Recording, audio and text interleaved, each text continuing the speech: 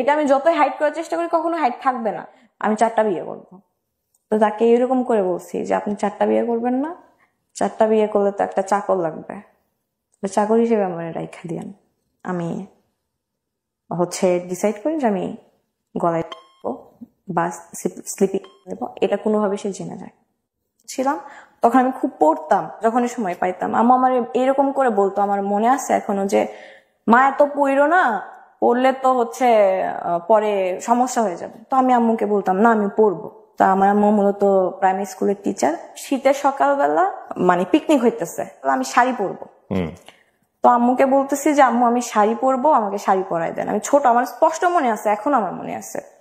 তো আম্মু আমাকে শাড়ি পরাই দিল, তারপরে বলতেছে যে সোয়েটার পরো। তো আমি কান্নাকাটি করতেছি, না শাড়ি পরলে সুন্দর লাগতেছে, আমি সোয়েটার কেন পরবো, সোয়েটার পরলে সৌন্দর্যটা নষ্ট হয়ে যাবে। তো আম্মু আমাকে অনেক জেদ করতেছে। তো আমি রাগ করছি, আমার প্রচন্ড রাগ, আমি ছোটবেলা থেকে খুব জেদি। রাগ করে আমি বারান্দায় গ্রিলে এরকম করে ধরে কাঁদতেছি। তো আম্মু আমাকে ধরতে গেছে, আমি সাথে সাথে মাথা ঘুরে পড়ে যাই। হ্যাঁ, তো পড়ে যাওয়ার প্রায় 5-6 মিনিট আমি সেন্সলেস হয়ে থাকি। এটা কোন ক্লাসে থাকা? ক্লাস না, আমি তখন প্লে নার্সারিতে কোথাও করি না। মূলত আমার যখন বুদ্ধি বয়স হয়েছে, আমি তখন মনে রাখতে শুরু করি। তো আমি অনেক ভয় পাই, মাথা অনেক পানি ঢালা হয়। কয় ভাই বোন আপনারা? 1 ভাই 1 বোন। আপনি বড় না ছোট? আমি ছোট, আমার বড় ভাই আছে। ওকে। এরকম কন্টিনিউয়াসলি 2-3 বার হয়। এটা কি রাগ করেই সেন্সলেস হয়ে যায়? হ্যাঁ, আমি যখন রাগ হইতাম বা মানে এত বেশি রাগ যে সেন্সলেস হয়ে যায়। শিশু বিশেষজ্ঞকে দেখাইলো, পুরা মাথা স্ক্যান করলো, কোনো অসুখ বা রোগ ধরা পড়ে নাই। তো ওষুধ দিল, কাজ হয় না। তো হয় না, গ্রামের মানুষ বলে যে কবিরাজ দেখাও, এই টাইপের কিছু।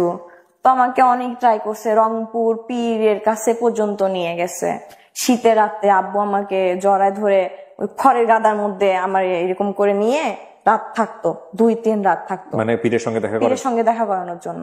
এত বেশি সিরিয়াস? এত বেশি হয় কি, মূলত ঘুমাইতেছি, ঘুমের মধ্যে আমি চিল্লাই উঠতাম, ভয় পাইতাম, আবল তাবল বলতাম। আমি পড়াশোনা কন্টিনিউ করতে পারতাম না, বেশি প্রেশার নিতে পারতাম না। তো আমি স্কুলেও রেগুলার যেতাম না।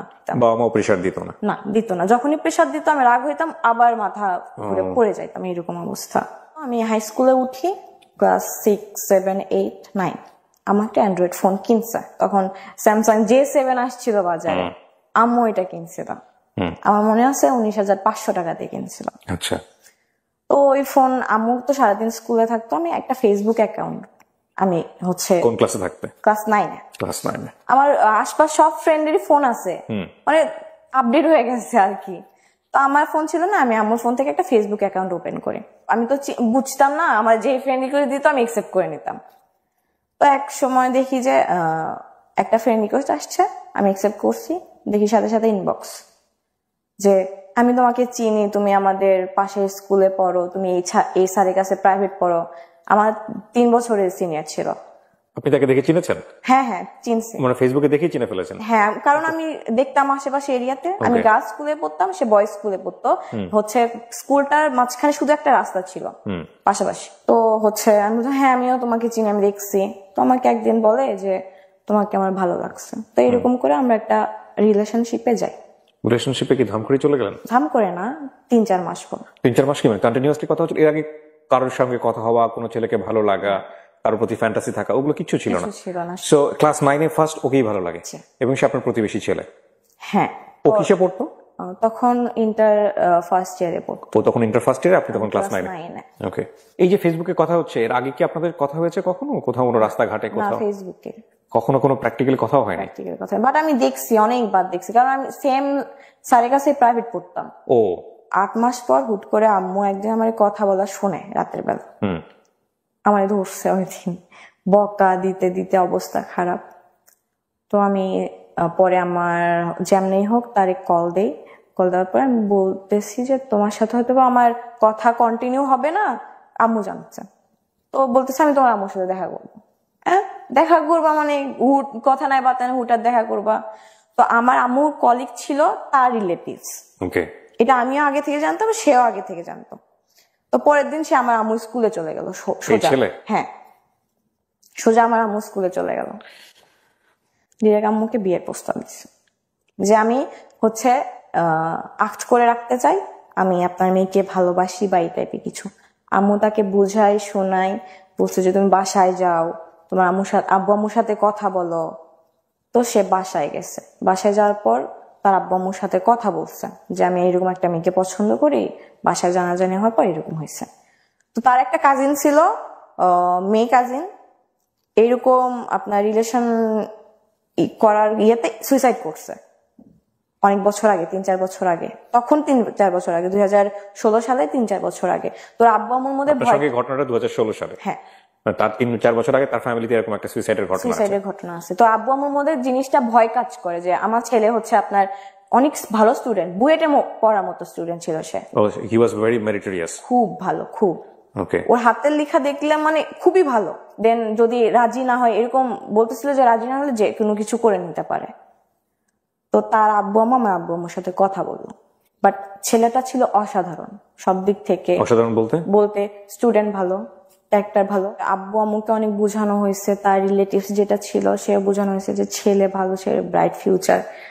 আমি জানি না 7 দিনের মধ্যে কি এমন হয়ে গেল, আমাদের ছোট করে একটা কাবিন হইল 7 দিনের মাথায়। আমিও এখন আমি সেন্সে কাজ করে না আমার আব্বু আম্মুকে কি বোঝানো হয়েছে, তার আব্বু আম্মু কি কথা বলছে, আমার আব্বু আম্মু কি বলছে। না, কিন্তু আপনার আব্বু আম্মু আপনাকে কি অ্যাপ্রোচ করছে সেটা আমাকে বলেন।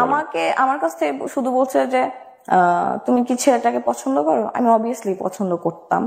সে যখন বাসায় বলছে যে বিয়ে না করলাম, এটা করবো ওটা করবো, আমার মাথার মধ্যে এটা থট ছিল যে আমার জন্য যদি ছেলেটা সুইসাইড করে নাই, তাহলে আমার কিন্তু সারা জীবন একটা বোঝা হচ্ছে নিয়ে চলা লাগবে। কোথা থেকে কি হইলো 7 দিন 8 দিনের মাথায় আমি নিজেও জানি না। আপনার ফ্যামিলিতে আর্লি ম্যারেজ ব্যাপারটা আছে? না, আমি ফার্স্ট। আপনার ভাই তখন আপনার বয়সের গ্যাপ কত? আমার ভাই এগুলো বিষয়ে কিচ্ছু জানতো না। কি বলেন? কিচ্ছু না। আমি সেটা পরে আসতেছি, কিচ্ছু জানতো না। আমার মেয়ের আক্ত হচ্ছে ভাই জানবে না, তারা তো ফ্যামিলিতে এটা নিয়ে কোশ্চেন উঠতে পারে। হ্যাঁ, ভাইয়াকে কেন গোপন করা হয়েছে বিষয়টা? এটা হচ্ছে জানি না কেন গোপন করা হয়েছিল, আব্বু আম্মুর ডিসিশন ছিল এটা। ইউ নো দ্যাট, বাট আপনি বলতে চাচ্ছেন না। আপনি বলতে পারেন। আমি আসলেই জানি না। আপনি আজ পর্যন্ত জানেন না? এখন পর্যন্ত জানি না যে কেন গোপন করা হয়েছে ভাইয়ের কাছ থেকে। এটা কিন্তু একটা বড় মিস্ট্রি হয়ে যাচ্ছে, এবং মিস্ট্রি জায়গা থেকে অনেক ধরনের কোশ্চেন রেজ হবে বিষয়টা। তো ফ্যাক্টটা হচ্ছে এটাই যে আপনার ভাইয়ের বয়স কত ছিল ওই সময়টাতে? ভাইয়া তখন কি করছে ওই সময়টা? তুমি honours second year. Definitely it's a big question. মানে আপনার ফ্যামিলি যদি এটা গোপন করে থাকে আপনার ভাইয়ের কাছ থেকে, তার মানে এটা আপনার ফ্যামিলি কেন করবে? এটা ইলজিক্যাল হয়ে গেল বিষয়টা। I don't know, actually I don't know. বা আপনি কি এমন কোনো কিছু করেছিলেন ফ্যামিলিতে, বা ও কি এমন কোনো কিছু করেছিল যেটা আলটিমেটলি সবাই খুব টেনশনে পড়ে গিয়েছিল? না, এরকম কিছু ছিল না। Are you sure? হ্যাঁ, সবাই দেখতেছে, আমি জানি। এরকম কিছু ছিল। তারপর ছোট করে তার ফ্যামিলি, তার আপনার ভাইয়া তখন কোথায়? ভাই ঢাকায়। তার বাবা মা, আমার বাবা মা কাজী অফিসে যে ছোট একটা কাবিন করে কাগজ, ওখানে আমি সাইন করি, সেও সাইন করে। এই কি আপনার ছেলের সাথে প্রথম দেখা ফিজিক্যালি, নাকি তার আগে দেখা হয়েছে? তার আগে দেখা হয়েছে, বেশ কয়েকবার দেখা হয়েছে। আমি একটা কোচিং সেন্টারে কোচিং করতাম, কোচিং এ যখন ব্রেক দিত তখন কোচিং সেন্টারের পিছনে দেখা করতাম, ওখানে আসতো, গল্প করতাম 2-1 মিনিট বা 5 মিনিট বা 7 মিনিটের জন্য কথা বলতাম, তারপর আবার কোচিং ব্যাক করতাম। আপনাদের মধ্যে কি এমন কোনো পরিস্থিতি তৈরি হয়েছিল যেটা যে আসলে বিয়েটা বা আক্ত করাটা আসলে খুব জরুরি ছিল? সে পাগল ছিল। প্রেমে পড়লে সবাই পাগল হয়, সেটা অন্য বিষয়। আমি আসলে আপনাকে বোঝাতে চাচ্ছি, কোশ্চেন করতে পারবো না এই বিষয়টা নিয়ে, যে এমন কোন ব্যাপারে আপনারা মুভমেন্টে চলে গেছেন বা এমন কোন লেভেলে চলে গেছেন যেটা আসলে এরকম কিছু ছিল না। ওকে, তখন ছোট মানুষ, সেগুলো বুঝতামই না। ওকে, তো তারপর সে কোথাও চান্স পায় না। পাগল ছিল কেন বলছেন? আমি জানি না, সে আমার প্রতি আমারে না পাইলে মরে যাবে এরকম টাইপের ছিল। তো প্রেমে পড়লে সবাই বলে এরকম, হ্যাঁ, তোমাকে ছাড়া আমার জীবন বৃথা, তোমাকে ছাড়া আমি সকাল বিকাল 2 বার করে মারা যাবো, এরকম কথাও অনেকেই বলে, সেটা সমস্যা নাই। এইরকমই প্রবলেম ছিল। তো তারপর সে এইচএসসি এক্সাম দেয়, এক্সাম রেজাল্ট খারাপ। আক্তের পরে কি হইলো একটু বলেন না? আক্তের পরে তো আপনারা তো বিবাহিত না, আমরা সেপারেশনে থাকতাম। এটা ডিসিশন ছিল যে সে পড়াশোনা করে এস্টাবলিশড হবে, আমি পড়াশোনা করব। তারা যখন একটা বয়সে যাবে তখন বড় একটা অনুষ্ঠান করে উঠাই দেওয়া হবে। এটা শুধু 2 ফ্যামিলির মধ্যে গোপন ছিল। আমি আমার বাসায় থাকতাম, সে তার বাসায় থাকতো, আমরা মাঝে মধ্যে দেখা করতাম, রেস্টুরেন্টে ঘুরতে যাইতাম, এতটুকু অব্দি। তার রেজাল্ট খারাপ হলে গ্রেড আসে, খুবই খারাপ। মানে ওইরকম ছেলে থেকে এটা আশা করা যায় না। খারাপ হওয়ার পেছনে কে, মানে দুইজনেই দায়ী। আমরা সবসময় ঝগড়া করতাম, কম বয়স না, ঝগড়া করতাম, ইফেক্ট পড়তো। সে পড়াশোনা করতো না, কান্নাকাটি করতো ঝগড়া করার পর। আমি ব্লক মারতাম ফোনে, কথা বলতাম না। আমি তাকে বাজে কথাই বকাও দিতাম। এখন মনে হচ্ছে যে না, এটা ভেরি ভেরি ইম্পর্টেন্ট স্টোরি। ওর বয়সী, ওই সময়ের বয়সী যারা টিনেজার তাদের জন্য না, সেই সব বাবা মায়ের জন্যও যারা এরকম ডিসিশন নেন বা নিতে বাধ্য হন। তো বাসা থেকে তো একটা আমার উপরও তো আসবে না যে তোমার জন্য হচ্ছে আমার লিটারালি তার বাবা বলে যে ওই মেয়ের সাথে হচ্ছে কাবিন করার পর আমার ছেলেটা লাইফ শেষ, আমার মুখের উপর বলা হয়েছিল। আমিও তখন এসএসসি দেই, হ্যাঁ, একটা সাবজেক্ট আমার ফেল আসে। কত সালের এসএসসি? 19 সালে। কি নিয়ে ঝগড়া হতো আপনাদের মধ্যে? অন্য কোনো ছেলেরা কেন ফেসবুকে অ্যাড করছে? থার্ড পারসন নিয়ে ঝগড়া হতো। তাহলে আমার কোনো ফ্রেন্ড থাকতে পারবে না, ইভেন মেয়ে ফ্রেন্ডও না। আমার একটা ফ্রেন্ড ছিল, ফ্রেন্ডের নাম আমি মেনশন করি। ও অনেক ভালো একটা মেয়ে ছিল, আমাকে বাইরে যাইতে দিত না। ওই ফ্রেন্ড আমার সাথে দেখা করতে আমার বাসায় আসতো, তাও আসা যাবে না। প্রথম প্রথম তো এগুলো অনেক ভালো লাগে প্রেমে পড়লে। হ্যাঁ, এগুলো অনেক ভালো লাগে। তারপরে তো এগুলোই অসহনীয় হয়ে যায়। এগুলো অসহনীয় হয়ে যায়। আপনি কি অত্যাচার করতেন ওর উপরে? বকা দিতাম, জোরে কথা বলতাম, চিল্লাইতাম। অনেক সময় আসতে মুখে যা আসছে আমি ওটা হচ্ছে বলতাম। এটা কি শুধু ফোনে করতেন না বাইরেও? ফোনে। শুধু ফোনে। কিন্তু সে চুপচাপ সহ্য করে নিত।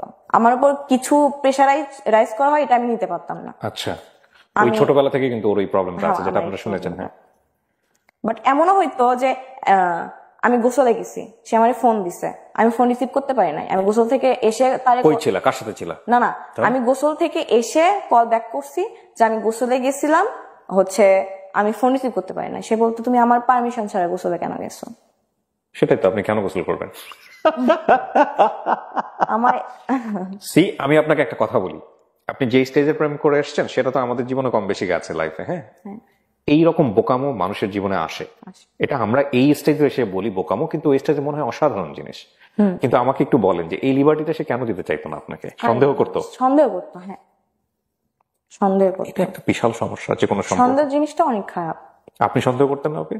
না, আমার তার প্রতি আপনার কোনো ফল্টই নাই ওর ক্ষেত্রে? আজকে যেহেতু বলতে আসছেন ফল্টগুলো, আপনার ফল্টগুলো বলেন। আমার ফল্ট গুলো ছিল যে আমি একটু ঘুরতে পছন্দ করতাম, ফ্রেন্ডের সাথে আড্ডা দিতে পছন্দ করতাম, সে সেগুলো পছন্দ করতাম। ওর কি নিজে কোনো ফ্রেন্ড সার্কেল ছিল? না। হ্যাঁ, ও মনে করে আমি যেরকম আমার সামনে মানুষটা ওইরকমই হবে। হ্যাঁ, অনেক অসম্ভব মেরিটোরিয়াস মানুষদের কিছু কিছু প্রবলেম থাকে। ও হয়তো লোনলি থাকতো এই সময়টাতে, হয়তো আপনাকে মিস করতেছে, আপনাকে চাচ্ছে, হয়তো আপনি ফ্রেন্ডের সাথে ওই সময়টা টাইম পাস করতেছেন। স্লিপিং পিল খাইছে 10টা। এটা আপনার ফেল করার পরের ঘটনা, আগের ঘটনা? পরের। আপনি এসএসসি তে ফেল করলেন, মূল কথা হচ্ছে এটা। এই ঘটনা তখন আমি বাসায় বসে, আচ্ছা, তো আমি যেভাবে জানতে পারছি, আমি আম্মু শুধু বলছি যে আমার সাথে চলেন। আম্মু স্কুল থেকে ব্যাক করছে, আমার সাথে চলেন। আমি দৌড় দিছি তার বাসায়। আমি তার আম্মুরে বলতেছি যে নাম মেনশন করলাম না, কই? বলতেছে রুমে ঘুমাইতেছে। রুমে ধাক্কা দিলাম, রুম খুলতেছে না। তো বলতেছে কি হয়েছে মা, কি হয়েছে? বলতেছে আপনার ছেলে ঘুমের ওষুধ খাইছে। তার বাবা জোরে ধাক্কা দেওয়ার কারণে খুলে গেছে। সে বেডের উপর অচেতন অবস্থায়। মানে সে আসলে আপনার কথা মতো স্টেপ নিয়েছে? হ্যাঁ, বেডের নিচে দেখি 2টা ওষুধের পাতা এবং অনেক কোম্পানির অনেক ভালো একটা ওষুধ। একটা পিল খাইলেই আপনার ভালো মতো ঘুম হয়ে যায়। সে 20টা খাইছে। মানে এটাকে আপনি খেয়েছেন কখনো? আমি খাই নাই। তাহলে আপনি বুঝলেন কি করে যে একটা খেলে আপনার? আব্বু বলে। আচ্ছা, ওকে। হসপিটালে বলা হলে ছোট একটা ওয়াশ করা হবে, তো তার বাবা ওয়াশ করতে দিবে না। তো বলতেছে যেমনি হোক ওয়াশ করা ছাড়া কি করা যায় করেন। সারা রাত ছিলাম সেখানে। তারপর এটা ফ্যামিলি পর্যায়ে চলে আসে। ডেফিনেটলি, হ্যাঁ, আসাই উচিত। ফ্যামিলি পর্যায়ে চলে আসার পর ওর আম্মু হাউস ওয়াইফ ছিল। এটা চাইতো যে মাঝে মধ্যে আমার আম্মু তাদের বাসায় যাবে, গল্প করবে, সারাদিন থাকবে, আত্মীয়তা। বাট আমার আম্মু সারাদিন জব করে আসে, এমনি তার উপর অসুস্থ। কিন্তু এই ব্যাপারটা তো খুবই ন্যাচারাল না? এটা কিন্তু চাওয়াটা খুব ন্যাচারাল। হ্যাঁ, আপনি চাইতেন ওনার কাছে? আপনার তো হাজবেন্ড। না, আমি চাইতাম। আমাদের এইটা ছিল না, কন্ডিশনে ছিল না। ডেফিনেটলি এটা তো মানাটা একটা হাজবেন্ডের জায়গা থেকে। একে তো হচ্ছে সে লোনলি একটা পার্সন, তার লাইফটা অন্যরকম। আমি আপনাকে দোষ দিচ্ছি না এখানে, কিন্তু আমি পুরো সিচুয়েশনটাকে ব্যাখ্যা করার চেষ্টা করছি। 8 মাসের টিনেজ বয়সের সম্পর্ক আপনার, এক অর্থ ওরও টিনেজ বয়সের সম্পর্ক, এবং বিয়ে করার পর একটা ছেলে তার ওয়াইফ হিসেবে অটোমেটিক্যালি রাইট চলে আসে। এটা কন্ডিশন, যদিও এত কন্ডিশন, এইসব কন্ডিশন দিয়ে বিয়ে হয় না, প্রথম কথা হচ্ছে এটা। তারপরেও করলেন, এবং সে নিশ্চয়ই চাইতো আপনাকে যে তুমি আমার সঙ্গে একটা পার্সোনাল টাইম পাস করো। যখন ফ্যামিলি পর্যায়ে যায়, মাঝে মধ্যে যখন সে থেকে তখন আমি তার বাসায় যে 2-1 দিন থাকবো, সে আমার বাসায় এসে 2-1 দিন থাকবে। এরকম হয়েছে 2-3 দিন গেছি। যার পর আমাদের ঝগড়াটা জোরালো ভাবে লাগছে। এবার একটা ছেলেকে নিয়ে লাগছে। আপনাকে নিয়ে? হ্যাঁ, পাশের গ্রামে একটা ছেলে ছিল, ওই ছেলে আমার নামে অনেক কথা বলতো যে হ্যাঁ এই মেয়ের সাথে আমি প্রেম করি, বিয়ে করার পরও আমার সাথে কথা বলে। যখন তারে বলা হয় প্রমাণ দেখা, সে প্রমাণ দেখায় না। তো ও হচ্ছে ওর ফ্রেন্ডদের মাধ্যমে শুনছে যে তোর বউ হচ্ছে এই ছেলের সাথে কথা বলে, এই ছেলে এগুলা বলে বেড়ায়। তো ওইটা নিয়ে লাগছে তার। এগুলা প্যারা জিনিসটা আমি নিতে পারতাম না। আস্তে আস্তে ওর এগুলো ব্যবহারে তার উপর থেকে আমার মন উঠে গেছিল। তারা প্রস্তাব দেয় আমার আব্বু আম্মুকে যে সে অলরেডি অনার্স সেকেন্ড ইয়ারে পড়ে, আমি তখন এসএসসি আবার দিব।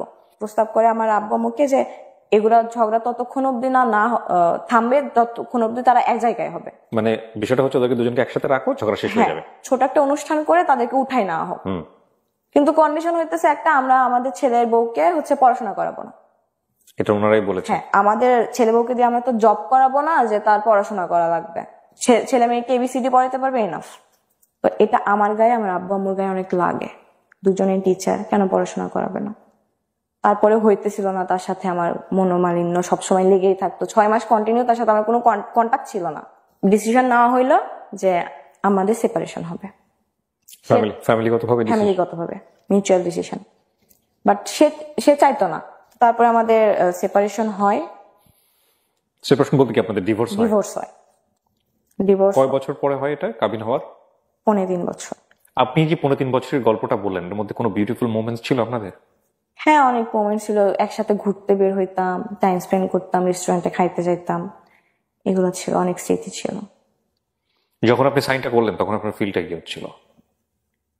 সত্যি বলতে আমার মনে হচ্ছিল যে এটা লাইফে একটা বড় ইফেক্ট পড়বে, বাট আমি যে ডিসিশনটা নিতেছি আমি রাইট ডিসিশন নিতেছি। আপনাকে কেউ ইনফ্লুয়েন্স করেছে ওই সময়টা? ভাইয়া তো ততদিনে জেনে গেছে। হ্যাঁ। তারপরে কি বলেছিল ওনার জানার পরে? আমার সাথে কথা বলতো না। আব্বু আম্মুর সাথে কথা বলা রাখতো, দ্যাটস ওয়াই কথা বলতো, আমার সাথে কথা বলতো না। যদি কোনো দরকারে বাসায় আসতো, সামনে পড়তো, কোনো দরকারে যে রাফি, আমার রাফি বলে ডাকে, চান বা ভাত খাবো আম্মুকে বল, এতটুকু অব্দি, কথা বলতো না। ডিভোর্স হওয়ার পর তারপর করোনা আসে, যখন প্যান্ডেমিক সিচুয়েশন, তখন ঢাকা ভার্সিটির একটা ভাইয়া অনেক ভালো টিচার, ওনার ইংলিশ কোর্সে ভর্তি হওয়ার পরে ওই ইংলিশ কোর্সে অন্য একটা ছেলে পড়তো। তো আমরা অ্যাড হওয়ার পর আমাদের কথা হইতো পড়াশোনার বিষয়ে। এটা 2021 সালের জুনের দিকে। তো ছেলেটাকে দেখে আমার ভালো লাগছে। ততদিনে কিন্তু আমি হচ্ছে ওই জিনিসটা থেকে বের হইতে পারছি, বাট ইফেক্ট পড়ে আমার উপর। আমি বলতাম না কখনো। আমি মানে একটা হয় না যে মেয়েরা কেন আগে বলবে, ছেলেরাই আগে বলবে। সে আমার থেকে 10 মাসের ছোট, মেনশন করি, সে নিজেও জানতো সেটা। কোচিং এ একসাথে পড়তে না? আমি তখন থাকতাম, সে ঢাকায়। আচ্ছা। আমাদের অনলাইনে পরিচয়, ভাইয়ার মেসেঞ্জার গ্রুপে। ভাইয়া আপনাদেরকে পড়াইতো? হ্যাঁ, অনলাইনে পড়াইতো। ওই ছেলেও কি আপনারই ব্যাচমেট ছিল? হ্যাঁ, ব্যাচমেট। ফেসবুক গ্রুপ, তারপরে ফেসবুক গ্রুপ থেকে হয় না ফ্রেন্ড লিস্টেও চলে আসে অনেকে, সে আমাকে অ্যাড পাঠায়। কথা হইতে হইতে এমন কথা বলতো যে আমার মনে হইতো এই ছেলেটা মনে হয় আমার পছন্দ করে। আমি একদিন ডিরেক্ট আস্ক করি যে তুমি কি আমাকে পছন্দ করো? তো সে বলে হ্যাঁ। তো আমারও তাকে ভালো লাগতো। 2-3 দিন টাইম নিছি, নেওয়ার পরে বলছি যে আমার লাইফের যেটা আছে আমি পুরোটাই বলছি, যে তারপরে তুমি স্টেপ কি নিবা সেটা তোমার ডিসিশন। কারণ এটা আমি যতই হাইড করার চেষ্টা করি কখনো হাইড থাকবে না। তো সে বলল যে আচ্ছা আমরা ফ্রেন্ড হয়ে থাকি, তুমি আমাকে একটা কথা দাও যে তুমি কখনো রিলেশনশিপে যাবে না, আমিও কখনো রিলেশনশিপে যাব না, আমরা ফ্রেন্ড হয়ে থাকবো, ফিউচারে কি হবে সেটা দেখা যাবে। ওকে, ফাইন। এটা জুন মাস। সো কত সালের জুন মাস? 2021 সালে। সো প্রথমে এসে আপনাকে প্রপোজ করেছে প্রেমের প্রস্তাব। হ্যাঁ। পরে যখন জেনেছে তখন বলছে ফ্রেন্ড হয়ে থাকি। হ্যাঁ। ওকে। জানি না, ছেলেটার প্রতি আমি দিন দিন উইক হয়ে পড়ছি প্রচন্ড পরিমাণে। প্রচন্ড বলতে প্রচন্ড। তাকে তো সবসময় ভিডিও কলে দেখতাম, ছবিতে দেখতাম। আমার ইচ্ছা করলো আমি তাকে সরাসরি দেখবো। তার গ্রামের বাসা ভোলাতে। তাকে আমি বলি যে আমি তোমাকে দেখবো। তো বলে যে তো আমি তাকে দেখার জন্য ভোলাতে যাই। থেকে ভোলার ডিস্টেন্স 550 কিলো। ও জানতো যে আপনি ভোলাতে যাচ্ছেন? না।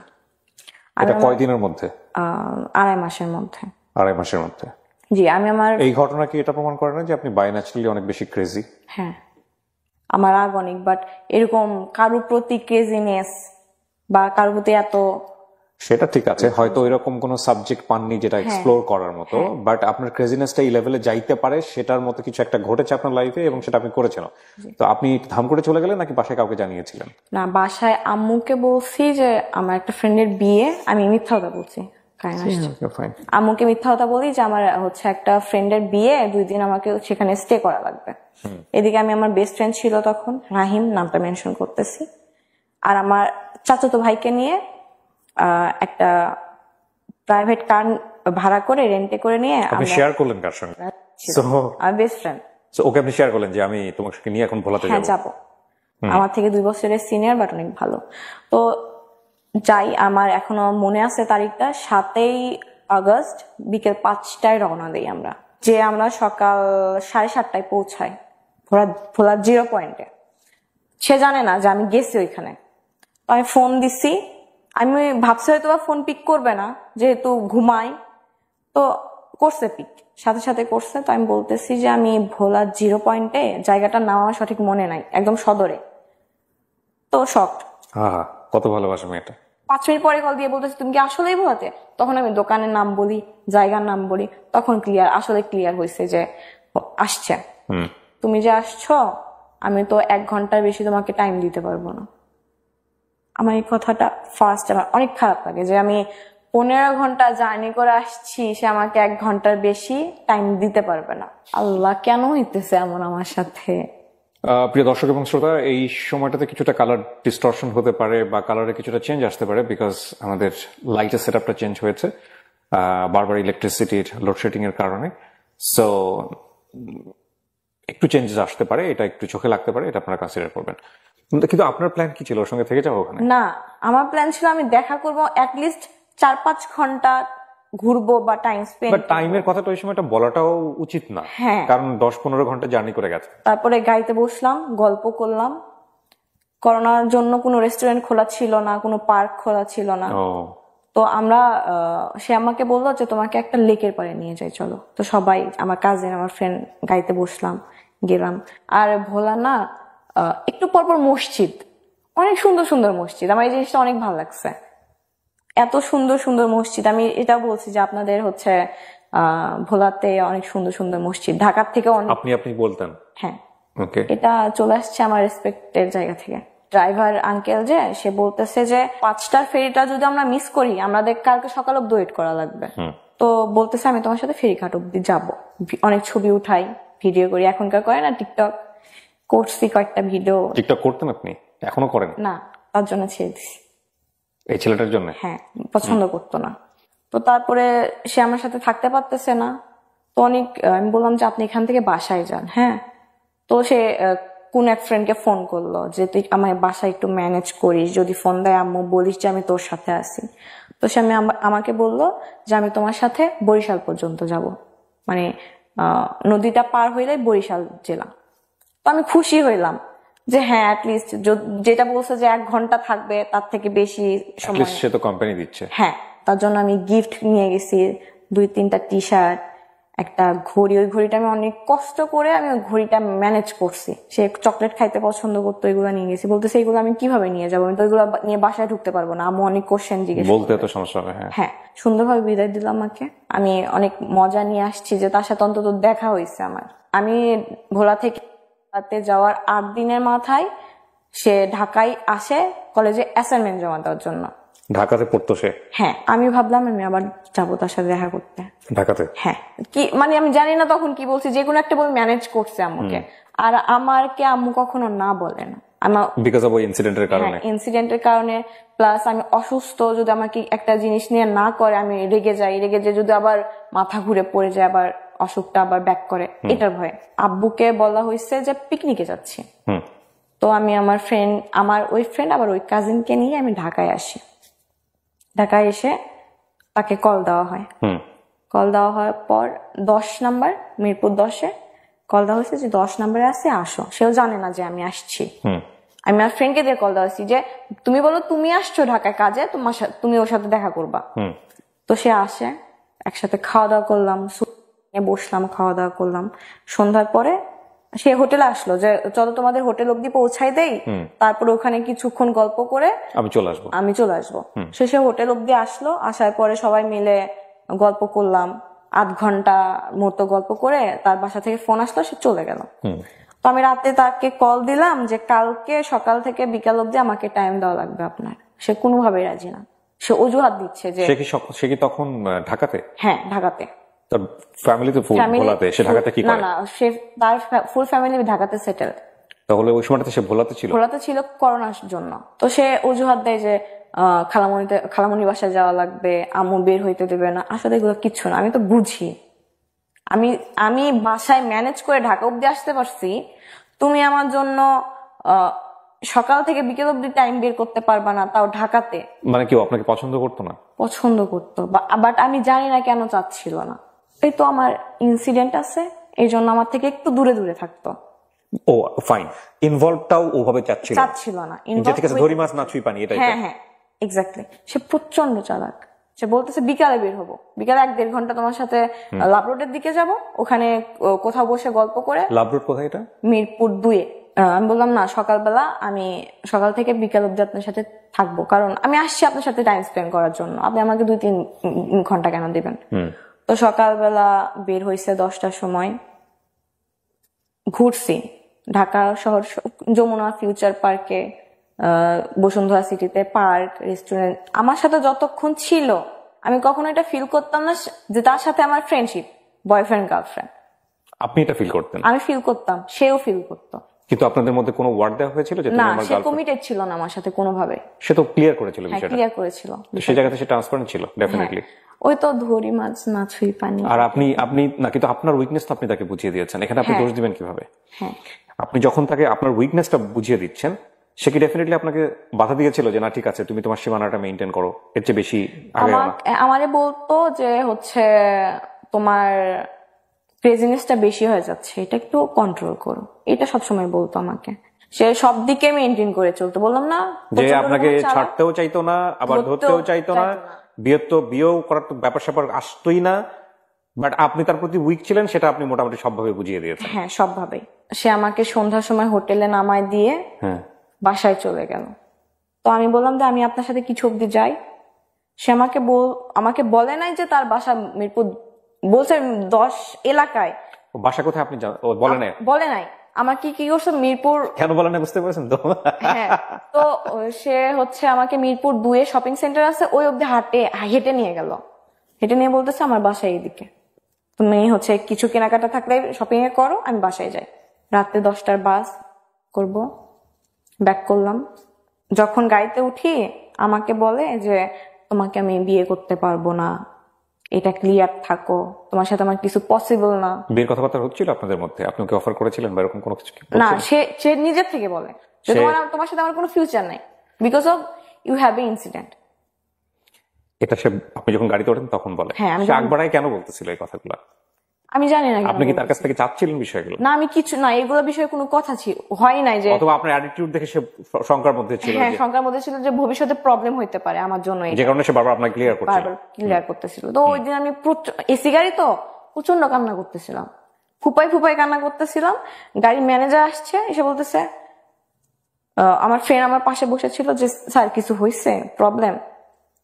তো আমার মুখ চেপে ধরছে, আমি কান্না করতেছিলাম কন্টিনিউয়াসলি। বলতেছে না, একটু ফ্যামিলি প্রবলেম, ওর মিথ্যা কথা বলেছে, ওর আম্মু একটু অসুস্থ।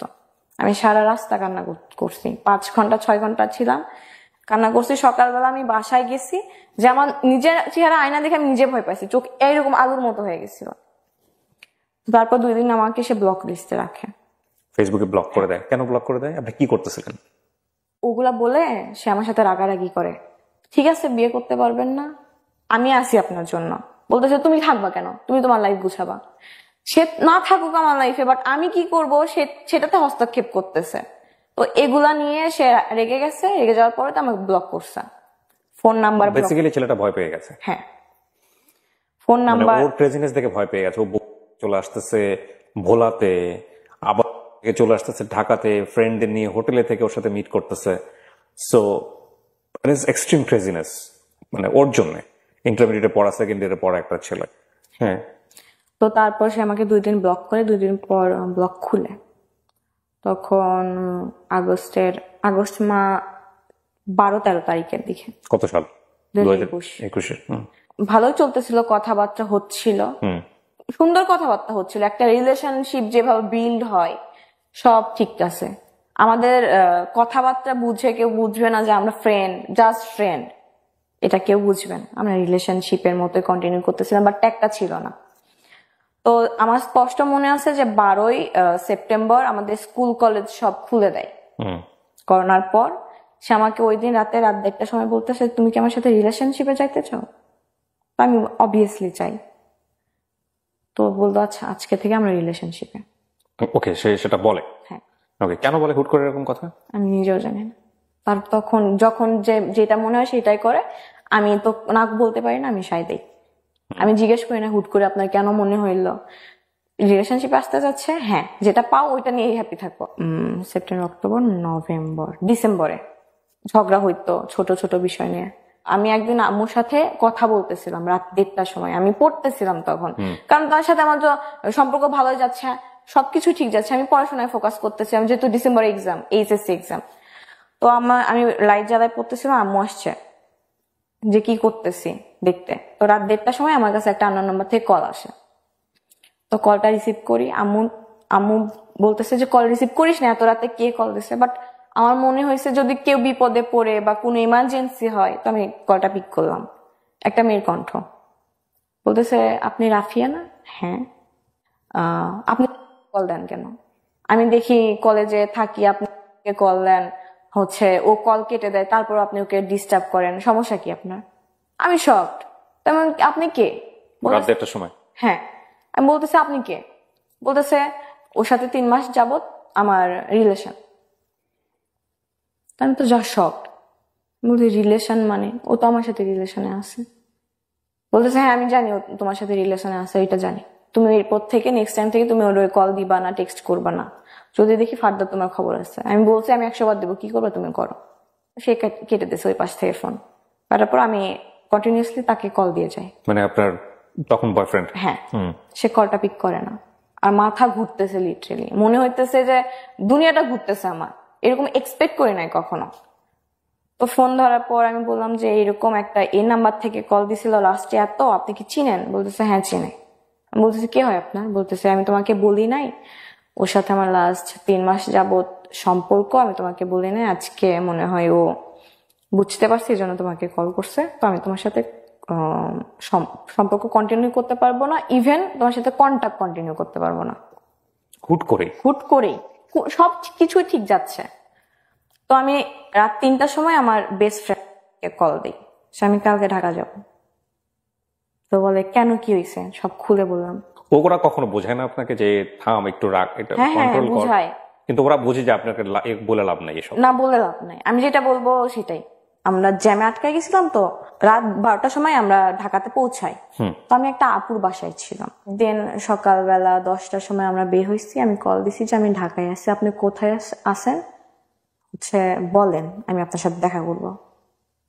তো বলছে তুমি ঢাকায় কেন? আমি বলতেছি আমার কাজ আছে আপনার সাথে, এই জন্য আমি ঢাকায় আসছি। তো বলতেছে যে আমি দেখা করতে পারবো না, আমি খালামণির বাসায়। মিথ্যা কথা বলতেছে। সে বললো যে তুমি এই রেস্টুরেন্টে আসো, আমি আসতেছি। তো তারপর যে শুনে এটা আমার সাথে প্র্যাঙ্ক করা হয়েছে। প্র্যাঙ্ক করছে? হ্যাঁ, যে আমাকে বোঝার জন্য যে আমি কি রিয়াকশন দেই।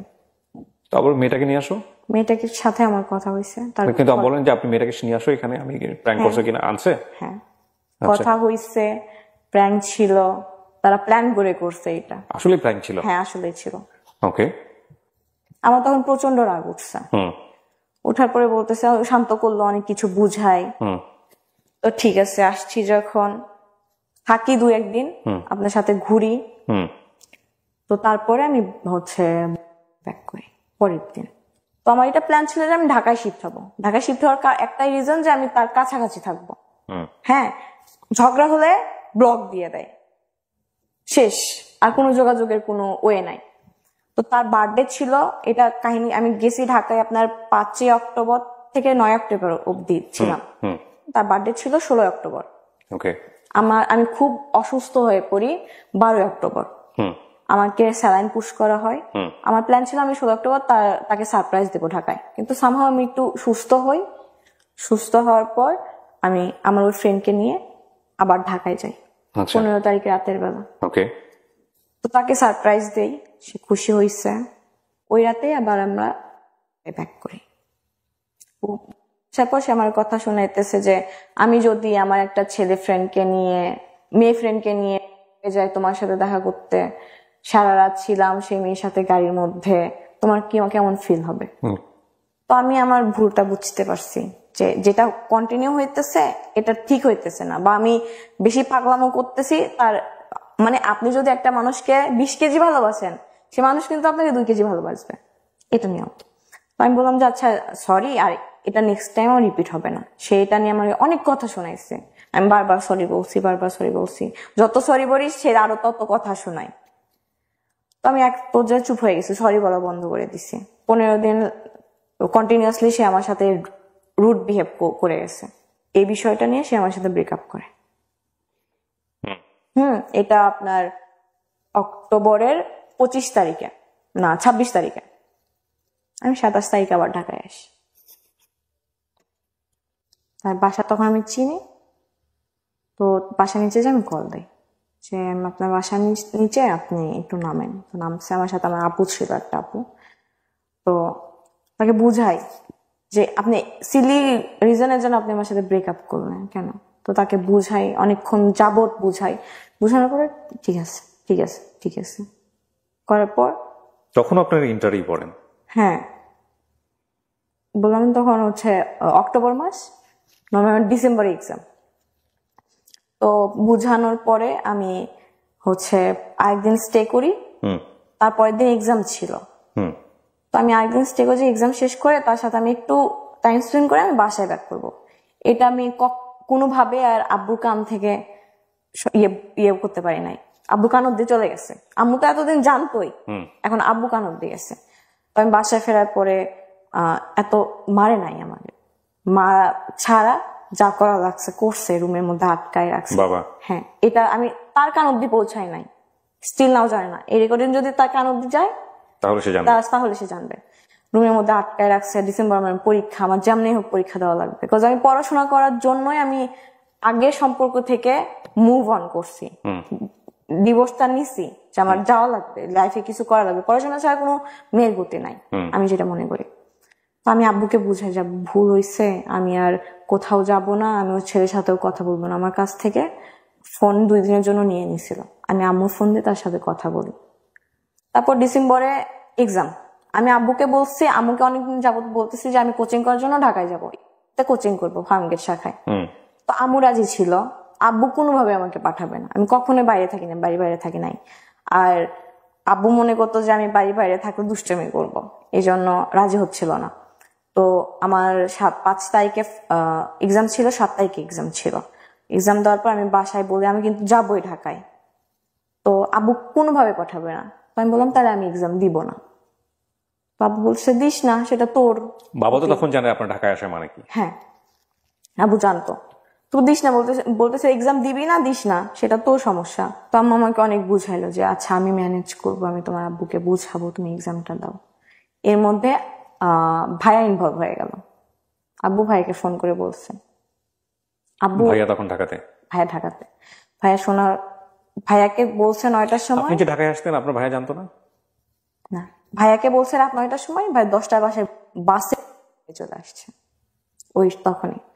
আমি ভাবছি এবার আমার শেষ, আমার এক্সাম শেষ, আমার লাইফ শেষ।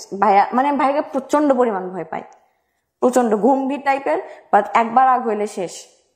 সকাল সারা রাত আমি ঘুমাই নাই, তাকে টেক্সট করতেছি যে আমার ভাই আসতেছে, শেষ, আমার ঢাকা যাওয়া শেষ, আমার এক্সাম দেওয়া শেষ, আমার সব শেষ। আয়সা আমাকে রুমের মধ্যে বন্দি করে রাখবে। তো বলতেছে যে তুমি তোমার সাথে আমার যা ছবি ছিল, স্মৃতি ছিল, সব ডিলিট করে দাও। তো আমি জাস্ট এটা মনে করতেছিলাম যে এরকম একটা কিছু আসবে, তো ডিলিট করে দাও। তো আমি তার কথার প্যাচে পইরা সব ফোন থেকে ডিলিট করে দিছি যে ভাইয়া দেখলে প্রবলেম হবে। না, সে কি বোঝাচ্ছিল আপনাকে? ভাইয়া দেখলে প্রবলেম হবে, সেজন্য ডিলিট করো। হ্যাঁ, তো আমি ডিলিট করছি। ভাইয়া এসে আমার ফোন চেক করে নাই, ভাইয়া এসে জাস্ট আমার রুমের দরজাটা লাগাই দিচ্ছে। আম্মু ধাক্কাইতেছে, একটা লাঠি নিছে, মোটা লাঠি, এত বড়। তো বলতেছে কি হয়েছে বল, আমার যে আমার অফিস আছে, আমি সবকিছু ছাইড়া আসলাম, তো সমস্যা কি? একবার লাইফে এত কিছু ফেস করে আসছোস, তারপরে তো শিক্ষা হয় নাই। তো আমি জাস্ট চুপ, আমি কোনো কথা বলতে, আমার হাত পা কাঁপতেছে লিটারালি। তো আম্মু জানালা দিয়ে ইয়ে করতেছে যে ওকে মেরো না, মেরো না, বড় হয়েছে, মাইর দিয়ে কোনো লাভ হবে না, বুঝাও। তো ভাইয়া বুঝাইলো, আমাকে মারে নাই। বলতেছে ভাইয়ার কথা হইতেছে যে তুমি ঢাকায় গেলে তোমার সাথে আমার সম্পর্ক থাকবে না, হ্যাঁ, আর তুমি যদি পরীক্ষা না দাও, আমি বলছি যে আমি এইচএসসি পরীক্ষা দিব না, অ্যাটেন্ড করবো না, 2টা পরীক্ষা অলরেডি হয়ে গেছে, তাহলে তো ভুলেই যাবা তোমার ভাই না, মানে ভাই বলতে কেউ ছিল। ঢাকায় আপনি যাওয়ার জন্য এত ক্রেজি কেন? মানে তার জন্য জাস্ট মিট করবেন না? তার আশেপাশে থাকবো আমি, ঢাকায় সেটেল হওয়ার প্ল্যান। বাট পরীক্ষা তো আপনি দিচ্ছেন তখন কলেজে। হ্যাঁ, পরীক্ষাটা দিয়ে না আপনি ঢাকায় আসবেন? হ্যাঁ, তো তার আগে আপনি ঢাকায় আসবেন? তার আগে বলে দিছে যে আমার ঢাকা পাঠাবে না। ও, তার আগে বলে দিচ্ছে ঢাকা পাঠাবে না? হ্যাঁ, এই জন্য আমার এত ক্রেজিনেস। ওকে। তো ভাইয়া অনেকক্ষণ যাবে বলতেছে তোর হচ্ছে ছোট থেকে বেসিক জিনিসটা নাই, তোর পড়াশোনা হবে না, তুই একটা কাজ কর। ভাইয়া আবার সিএসসি সাবজেক্টে পড়তো ভাইয়া হচ্ছে অনেক ভালো প্রোগ্রামার, আমি তোকে একটা ল্যাপটপ কিনে দিচ্ছি, তুই এই লাইনে চলে আয়, আমি তোকে কাজ দিব, তুই মান্থলি 30 থেকে 35 হাজার টাকা ইনকাম করতে পারবি ঘরে বসে। হ্যাঁ।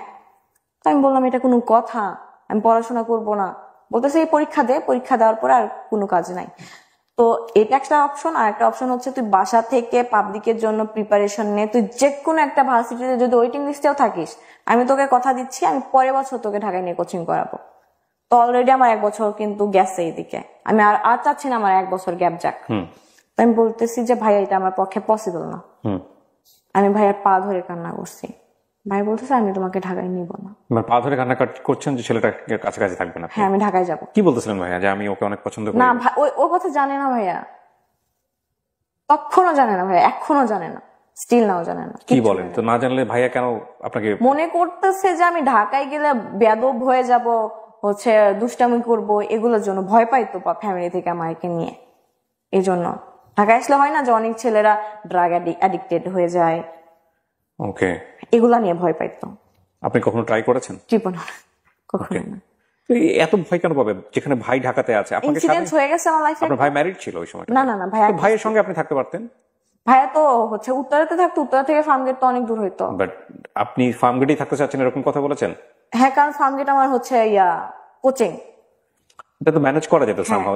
জানি না আমি এত কেন ক্রেজি হলো বিষয়টা নিয়ে, যেহেতু জানে না সে ছেলেটা সম্পর্কে। তারপর ভাইয়া জাস্ট বললো যে আমি তোমাকে ঢাকায় নিব না। আসার সময় বললো আমার একটা বিড়াল ছিল, আমি অনেক শখ করে কিনছিলাম, আমি টাকা জমাই 25,000 টাকা দিয়ে বিড়ালটা কিনছিলাম। ভাইয়া বলে যে 25,000 টাকা দিয়ে আপনি একটা বিড়াল কিনছেন? কত ঘুরে বেড়ায় আশেপাশে? পার্সিয়ান ক্যাট ছিল। ওকে। তো বলতেছে এই বিড়ালটা তুমি সেল দিবা। আমি ওকে 6 মাস নিজের কোলের মধ্যে নিয়ে ঘুমাইছি। তো না হইলে হচ্ছে তোমার ঢাকা যাওয়ার সম্ভাবনা নাই। তো কারণ ছিল, রিজন ছিল, বিহাইন্ড দ্য রিজন হইতেছে যে আমি ঢাকায় যাওয়া আসি করছি, এগুলোর জন্য আমার হিউজ পরিমাণ টাকা ধার হয়ে গেছিল। হিউজ অ্যামাউন্টটা বলতেছে না। তো এটার জন্য ভাই রেগে গেছে, এটার জন্য মূলত রেগে গেছে। ধার করতেন কার কাছ থেকে? আমার ফ্রেন্ড হচ্ছে যে আমার সাথে আসতো, ও দিত। তো ওর কোনো গার্লফ্রেন্ড ছিল না? ও আপনাকে পছন্দ করতো? না না না, এই টাইপের কিছু না, আমাদের মধ্যে অনেক ভালো ফ্রেন্ডশিপ। প্রচন্ড কষ্ট, 6 মাস একটা প্রাণীকে কোলের মধ্যে নিয়ে। তো 1 তারিখে আমার বার্থডে ছিল, তো আমি রাত 12টার সময় ফোন নিয়ে বসেছিলাম যে আমার বয়ফ্রেন্ড আমাকে উইশ করবে। তো 12টা বাজছে জাস্ট, তখনই একটা আননোন নাম্বার থেকে কল আসছে। আমি ভাবছি সে অন্য নাম্বার থেকে কল দিছে। কল পিক করে আমি দেখি যে অন্য একটা ছেলের কণ্ঠ। 10 সেকেন্ড কথা বলছি আমি বলতেছি তুই রাখ, আমার একটা ফ্রেন্ড, তুই রাখ, আমি তোরে পরে কল দিচ্ছি। এই 10 সেকেন্ডের মধ্যে আমার ফোন ওয়েটিং এ পাইছে। ও হ্যাঁ, আমার বয়ফ্রেন্ড। তো ওর কথা হচ্ছে, ওর প্ল্যান ছিল যে ও 1 তারিখে যাবে আমার সারপ্রাইজ দেওয়ার জন্য। তো সে আমাকে ফোন দিয়ে র্যান্ডমলি শুভ জন্মদিন, হচ্ছে দিন ভালো কাটাও, এরকম টাইপের উইশ করে রেখে দিল। বুঝলাম না কেন এটা হলো, আমি তো জানিও না ওয়েটিং এ পাওয়ার পর এরকম সিচুয়েশন হয়েছে। তো দেখি আমার সবখান থেকে ব্লক করলো। 10 সেকেন্ড কেন ওয়েটিং এ পাইছে? আমার গার্লফ্রেন্ডকে আমি ফার্স্টে উইশ করব, আমি ওয়েটিং এ পাবো কেন? এইটা তার কনসেপ্টটা ছিল এরকম। আমি তো ওই দিন বের হবই না, সে আমাকে ব্লক করছে, ড্রেসটা তার গিফট করা, আমি ইচ্ছা করে পরে আসছি। ও তো ঢাকায় যাওয়ার পর তার সাথে যোগাযোগ করি ফ্রেন্ডের মাধ্যমে। সংসদ ভবন হয় আপনার ফার্ম গেটের এলাকায়। তো আমি বলি ওখানে দেখা করেন। সে আমার ওখানে আসলো, আসার পরে বলে যে আমি তোমার সাথে কন্ট্যাক্ট কন্টিনিউ রাখতে পারবো না। সে স্কোপ পাইলে আমার সাথে কন্ট্যাক্ট অফ করার ট্রাই করতো। তো ওখানে আমি কান্না করে দিছি, মারাত্মক লেভেলের কান্না। তো আমার কান্না দেখে তার একটু খারাপ লাগছে, বুঝাইলো ঠিক আছে কন্ট্যাক্ট অফ করা লাগবে না, যেমন আছে অমন থাকি। আচ্ছা ঠিক আছে। আমি জানুয়ারি মাস ফেব্রুয়ারি মাস পুরোটা ঠিক ছিল। আমি ধুমসে পড়ছি জানুয়ারি ফেব্রুয়ারিতে, 3টা 4টা অব্দি পড়তাম ভোর, যে আমার চান্স পাওয়া লাগবে ইউনিভার্সিটিতে। হ্যাঁ, কারণ আম্মুকে আমি এটা কথা দিয়ে আসছি, আম্মুকে সারা জীবন অনেক পেইন দিছে। তো আমি হুট করে অসুস্থ হয়ে যাই মার্চে, আবার আমার ওই প্রবলেমটা দেখা দেয়, আমি আবার হ্যাঁ সেন্সলেস হয়ে যেতাম। তো এটার প্রেশারটা যাইতেছিল একটু তার উপর, যে আমি একটুতে রেগে যে তার উপর একটু চিল্লাইতাম যে এখনই দেখা করেন। তারও কিন্তু অ্যাডমিশন, সে বলতো আমি তোমার সাথে দেখা করতে পারবো। তখন তো আপনি ঢাকাতেই? হ্যাঁ, তাও বলতো আমি দেখা করতে পারবো না। কোথায় থাকেন আপনি তখন? আমি ফার্মগেট থাকি। ফার্মগেট থাকেন কোথায়, কারো বাসায়? না, হোস্টেলে। হোস্টেলে থাকেন। সপ্তাহে 3 দিন কোচিং থাকতো, 3 দিন দেখা করতো, এমনিতেই আলাদাভাবে দেখা করতো না। আমি বুঝতাম তার পড়াশোনা আছে, তো আমি এরকম অসুস্থ হয়ে যাওয়ার পর আমি আর পড়াশোনাটা কন্টিনিউ করতে পারি না। তো আমার এগুলো পাগলামো দেখে আমি সেন্সলেস হয়ে যাই। তো আমাকে বাসায় পাঠাই দিল, যে তুমি বাসায় যাও, কয়েকদিন থেকে আসো, ভাল লাগবে। তো গেলাম বাসায়, থাকলাম, আমাদের ঝগড়া হইতো। সে স্কোপ পাইলে আমার সাথে কন্ট্যাক্ট অফ করার কথা বলতো, আর আমি পাগল হয়ে যাইতাম। হাজবেন্ডের সাথে যখন আমি ছিলাম, বিয়ের পরে যে সম্পর্কটা হয় একজন হাজবেন্ড ওয়াইফের মধ্যে, সেটা আমি তার কাছ থেকে হাইড করছিলাম। আচ্ছা, এবং সে সেটা বিশ্বাস করেছিল? হ্যাঁ। তো সিচুয়েশনালি তাকে জানানোর প্রয়োজন হলো কেন? আমি জানাইছি ইচ্ছা করে যে কতদিন আর হাইট রাখবো। ওকে। তো সে কান্না করতেছিল, এটা নিতে পারে নাই। তো বলতেছে আমি এটা সহ্য করতে পারতেছি না, আমি তোমার সাথে সম্পর্ক রাখবো না। ওকে, মানে সে বিয়ে মানতে পারে কিন্তু ওই ধরনের সম্পর্ক মানতে পারতেছে না। তো সে খুব বাজেভাবে ভেঙে গেছিল ভাইয়া, খুব বাজেভাবে। আমি তার চোখের দিকে তাকাইতে পারতেছিলাম, চোখের এই কোনা পানি আসতো, শুধু পানি পড়তো না, চোখের পানি আটকা যাইতো। তো আমি তাকে দেখে ভাই এই ছেলে আমাকে ভালোই বাসে না, আবার আমার জন্য এত পেইন খাইতেছে, আমি মানতে পারতেছিলাম না যে সিচুয়েশনটা কি অ্যাকচুয়ালি। কোনোভাবে ম্যানেজ করলাম। আমার একটা ভাইয়া ছিল, আমার কাজিনের বয়ফ্রেন্ড। ভাইয়াটা আমাদের থেকে 3-4 বছরের সিনিয়র। ওই ভাইটা আমাকে জাস্ট বলছে যে এই মানুষটাকে ফিরাই আনছো, বাট আরেকবার যদি কোনো কারণে ভাঙো, এই মানুষটা আর ফিরবে না তোমার কাছে। মানে এই মানুষটা যার ফিরবে না, সেটা বয়ফ্রেন্ড সম্পর্কে সে জানলো কিভাবে এটা তার সম্পর্কে? সবাই জানতো, আমার কাজিন, আর আমার কাজিন জানতো, তো আমার কাজিন তাকে বলছে। মানে এটা তার জায়গা থেকে একটা পরামর্শ দিছে? হ্যাঁ, পরামর্শ দিছে, মানে আপনার বয়ফ্রেন্ড সম্পর্কে, যেহেতু একটা ধাক্কা পাইছে, আরেকটা ধাক্কা যদি পায় কখনো, সে আর কখনো ফিরবে না। ওকে। তো তারপরে সবকিছু ভালোই যাইতেছিল। এইচএসসি এক্সামে রেজাল্ট হয়, প্লাস আসবে না, বাট এটা ভেবে নিছিলাম যে একটু পয়েন্ট ভালো আসবে। তো আনফরচুনেটলি আমার পয়েন্ট একটু খারাপ আসে। তো আমি ভাবছি সে আমার সাথে দেখা করতে আসবে। আমাকে একটা জিনিস একটু বলেন তো, আপনার লাইফে যদি দুটো সম্পর্ক না থাকতো, আপনার এসএসসি এবং ইন্টার রেজাল্ট কি এরকম হতো? এবার কন্টিনিউ করেন। তো আমার এগুলো খেয়াল করবেন সবাই আপনারা। তো আমার 4.42 আসে, তারই প্লাস আসে। সে আমাকে বলে নাই তারই প্লাস আসে যে আমি কষ্ট পাবো যে আমার আসে নাই। তো আমাকে বললো আমি একটু বের হচ্ছি, ফ্রেন্ডের সাথে দেখা করতে যাবো। আমি ভাবছি আমার সাথে দেখা করতে আসবে, আমি তো এক্সাইটমেন্ট যে আসবে দেখা করতে। পরে দেখি সে তার একটা মেয়ে ফ্রেন্ডের সাথে দেখা করতে গেছে। পরের দিকে সে প্রচন্ড লেভেলের ইগনোর করতো। আচ্ছা, মানে এক্সেস লেভেলের কথা বলতো, দিনে 2 মিনিট বা 3 মিনিট, 5 মিনিটও কমপ্লিট না, মানে দেখা করতেই চাইতো না। বিহারের মতো নিজেই ফোন দিতাম, ব্লক করতো, আনব্লক করতাম। লাস্ট রোজার ঈদে এটা বাসায় গেছি, সে আমার সাথে থাকবে না। তো সে আমার সাথে মজা করে বলতো যে আমি 4টা বিয়ে করবো। তো তাকে এরকম করে বলছি যে আপনি 4টা বিয়ে করবেন না, 4টা বিয়ে করলে তো একটা চাকর লাগবে, ওই চাকর হিসেবে আমার রাইখা দিয়ান। তো এভাবে বলছে ভাই, গায়ে নাই নাই। আমার কাজিন, আমার ফ্রেন্ডরা বলতো যে ও থাকতে চাইতেছে না তোর সাথে, তুই কেন জোর করতেছস? আমি বিশ্বাস করি যে মানুষ যেটা চেষ্টা করে ওইটাই পায়। এইটা কনসেপ্টটা ছিল যে আমি আমি আমার এফোর্টটা যে এখান থেকে 200%, তার ওই পাশ থেকে তার এফোর্টটা 2%ও ছিল না। Because of I have a incidents, that's why. সে আমাকে বলতো যে আমি আমার ফ্রেন্ড সার্কেলকে তোমার পাস্টের কথা বলতে পারি না, আমার লজ্জা লাগে, আমি আমার ফ্যামিলির কিভাবে বলবো, আমি তো লজ্জায় মইরাই যাব। তো সে আমাকে অ্যানাদার লেভেল ভাবতো যে আমি সমাজের মধ্যে পড়তাম না, আমার এই ইনসিডেন্টস হওয়ার কারণে আমি সমাজের বাইরে পড়ি। সে দেখা করবে না, কারণ আমি তাকে ব্ল্যাকমেল করতাম যে হচ্ছে আমি স্লিপিং পিল নিব, আমি নিজের ক্ষতি করব। দেখা করবে না, একদম আমার দেয়ালে পিঠ থেকে গেছিল। আমি হচ্ছে ডিসাইড করি যে আমি গলায় বা স্লিপিং নেব, এটা কোনোভাবে সে জেনে যায়। আমি ফেসবুক লাইভে আসছিলাম। Are you crazy? Yes. You are. Facebook লাইভে আসছিলেন আপনি? আমি নিতে পারতেছিলাম না পেইনটা লাস্ট 1 বছর ধরে। ওকে আপনাকে ব্লক করে দিয়েছিল সমস্ত জায়গা হ্যাঁ, থেকে? সব জায়গা থেকে। মানে আপনি ওর সাথে কমিউনিকেট করতে পারছেন? কমিউনিকেট করতে পারতেছিলাম না। তো মনে হচ্ছে লাইভে আসলেও দেখবে? লাইভে আসলে দেখবে বা কোনো কিভাবে ভাবে দেখবে? আপনাকে তো ফেসবুকে ব্লক করেছে। তার ফ্রেন্ড সার্কেল আছে না আমার সাথে অ্যাড, তো ফ্রেন্ড সার্কেলকে ইনবক্স করতেন, ট্রাই করতেন, কিন্তু লাইভে আসার সিদ্ধান্ত কেন নিলেন? আমি ইনবক্স করে দেখছি ভাইয়া, সবাই বলে যে ও তোমারে চায় না, তুমি কেন তার পিছনে পাগল। সো লাইভে এসে কি চাচ্ছিলেন? যে স্ক্যান্ডাল হোক একটা? না, আমি এটা চাচ্ছিলাম না। আমি জাস্ট আমি যে পেইনটার মধ্যে আছি, আমার মধ্যে আছি, আমি আমার do you have that live still? No. কি করছেন আপনি লাইভে এসে? আমি বলছি যে আমি এই পেইনের মধ্যে আছি, একটা ছেলে ওকে সম্বোধন করেই বলছেন? নাম উল্লেখ করে নাই। কি করছেন আপনি বলেন তো, জাস্ট লাইভে গিয়ে আপনার কি মনে আছে? ওকে, আমি বলছি যে আমি একটা ছেলের সাথে লাস্ট 1 বছর ধরে রিলেশনশিপে আছি, সে আমাকে ধরতেছে ছাড়তেছে, ধরতেছে ছাড়তেছে, এরকম অবস্থা। আমি পেইন নিতে পারতেছি না কোনোভাবেই। আমি পাগলের মধ্যে তাকে ভালোবাসি, সে বুঝে না, তো আমি এই স্টেপ নিতে বাধ্য হচ্ছি। তার কোনো দোষ নাই, আমি তাকে কেন, আমি কাউকেই ব্লেম দিতেছি না।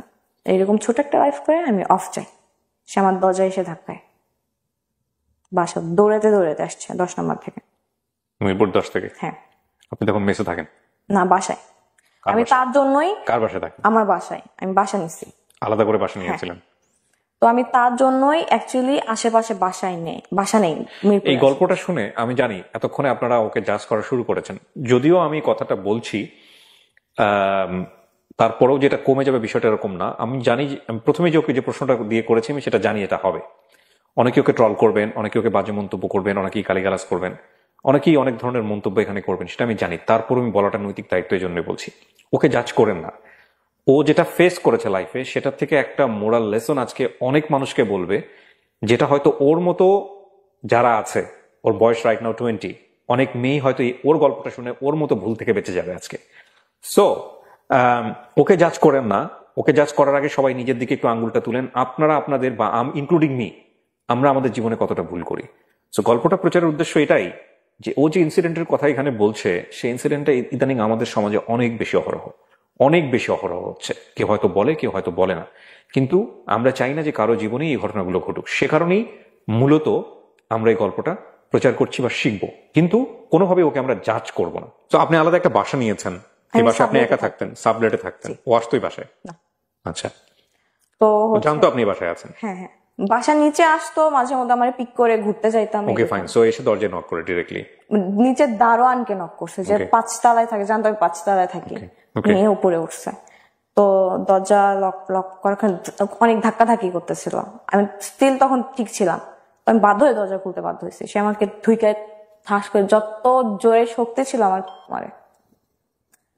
তারপর আমি সেদিন তার চোখে মুখে ভয় দেখতে পাইছি। খুব স্বাভাবিক এটা। এবং আপনি কি এর আগে পর্যন্ত জানতেন যে ভয় দিয়ে কখনো ভালোবাসা হয় না? না, আমি এটা, অনেক কিছু শেখার আছে আজকের এই গল্পে। Please listen this story very carefully. হ্যাঁ, আমার এটা উদ্দেশ্য ছিল যেভাবে হোক তাকে আমি পাইতে হবে, এরকম একটা উদ্দেশ্য ছিল। তো সে হচ্ছে হাঁপাইতেছে লিটারালি, আসার পরে আপনি সাবলেটে থাকতেন, আর লোকজনগুলো কোথায় ছিল যখন থাপ্পড়াপ্পি হচ্ছে? আমি যে আপুর কাছে সাবলেটে থাকি, ওই আপু জব করে, তো বাসায় ছিল না। সকালে যাইতো, রাত 10টার পর আসতো, বা অনেক সময় আসতো, যায় বাসায় আসতো না।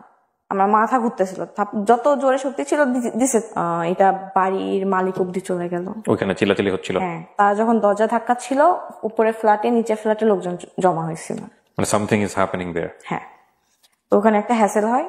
হ্যাসেল হওয়ার কারণে পরে সিদ্ধান্ত নেয় যে আমাকে বাসায় রাখবে না, কারণ বাসা থেকে বের করে দিবে। হ্যাঁ, আমার যদি কিছু হয়ে যায় ব্লেমটা মালিকের কাছে, বা হ্যাঁ ডেফিনেটলি। তো আমি কোনোভাবে ম্যানেজ করি। এগুলো কি বুঝতেছিলেন আপনি লাইফটা করার আগে, নাকি বুঝতেছিলেন না, নাকি মাথায় আসতেছিল না? আউট অফ কন্ট্রোল ছিলাম। আমি বললাম না, ছোটবেলা থেকে একটা সমস্যা আছে, আমি রাগ উঠলে কখন কি করি না করি, আমার এটা আমি সেন্সে থাকি না। তো তারপরে যাই হোক, তাকে আমি বাসায় পাঠাই দিলাম, যে সে এখানে থাকলে সে প্রবলেম ফেস করবে। তাকে যেমনি হোক রাত 8টার সময় বাসায় পাঠাই দিলাম। তো তারপর হচ্ছে আমি বাসায় ম্যানেজ করলাম, মালিকের সাথে বাড়িওয়ালা হলে তো ডেফিনেটলি তাকে পুলিশকে ইনফর্ম করার কথা, যদি সচেতন বাড়িওয়ালা হয়। করার কথা ছিল, মানে আমি যদি হতাম, আমি ডেফিনেটলি 999 কল দিয়ে বলতাম সামথিং ইজ হ্যাপেনিং হিয়ার, যেটা আমার বিয়ন্ড কন্ট্রোল। উনি কি করলেন? আর ডেফিনেটলি আপনাকে তখন বেরও করে দিতে পারবে না, কারণ আপনি তখন কার কাছে যাবেন? আইদার আপনার প্যারেন্টসকে কল করতে হবে অথবা পুলিশকে কল করতে হবে। বাসায় কল করছে যে আপনার মেয়েকে হচ্ছে নিয়ে যান। আচ্ছা, নিয়ে যাওয়ার দরকার নাই, আজকেও বাসায় যাক, ফার্নিচার গুলো এখানে থাক, পরে এসে আপনি ফার্নিচার গুলো নিয়ে যান। আমি বাড়িওয়ালার আন্টি ছিল, অনেক ভালো ছিল, লিটারলি আমাকে দিয়ে কান্না করে দিচ্ছে যে তুমি তো আমার মেয়ের বয়সে, তুমি এত বড় ভুল কেন করবা, স্টেপ কেন নেবা? তো আন্টিকে আমি বুঝাইলাম, সরি বললাম, ওইদিকে ম্যানেজ হয়ে গেল।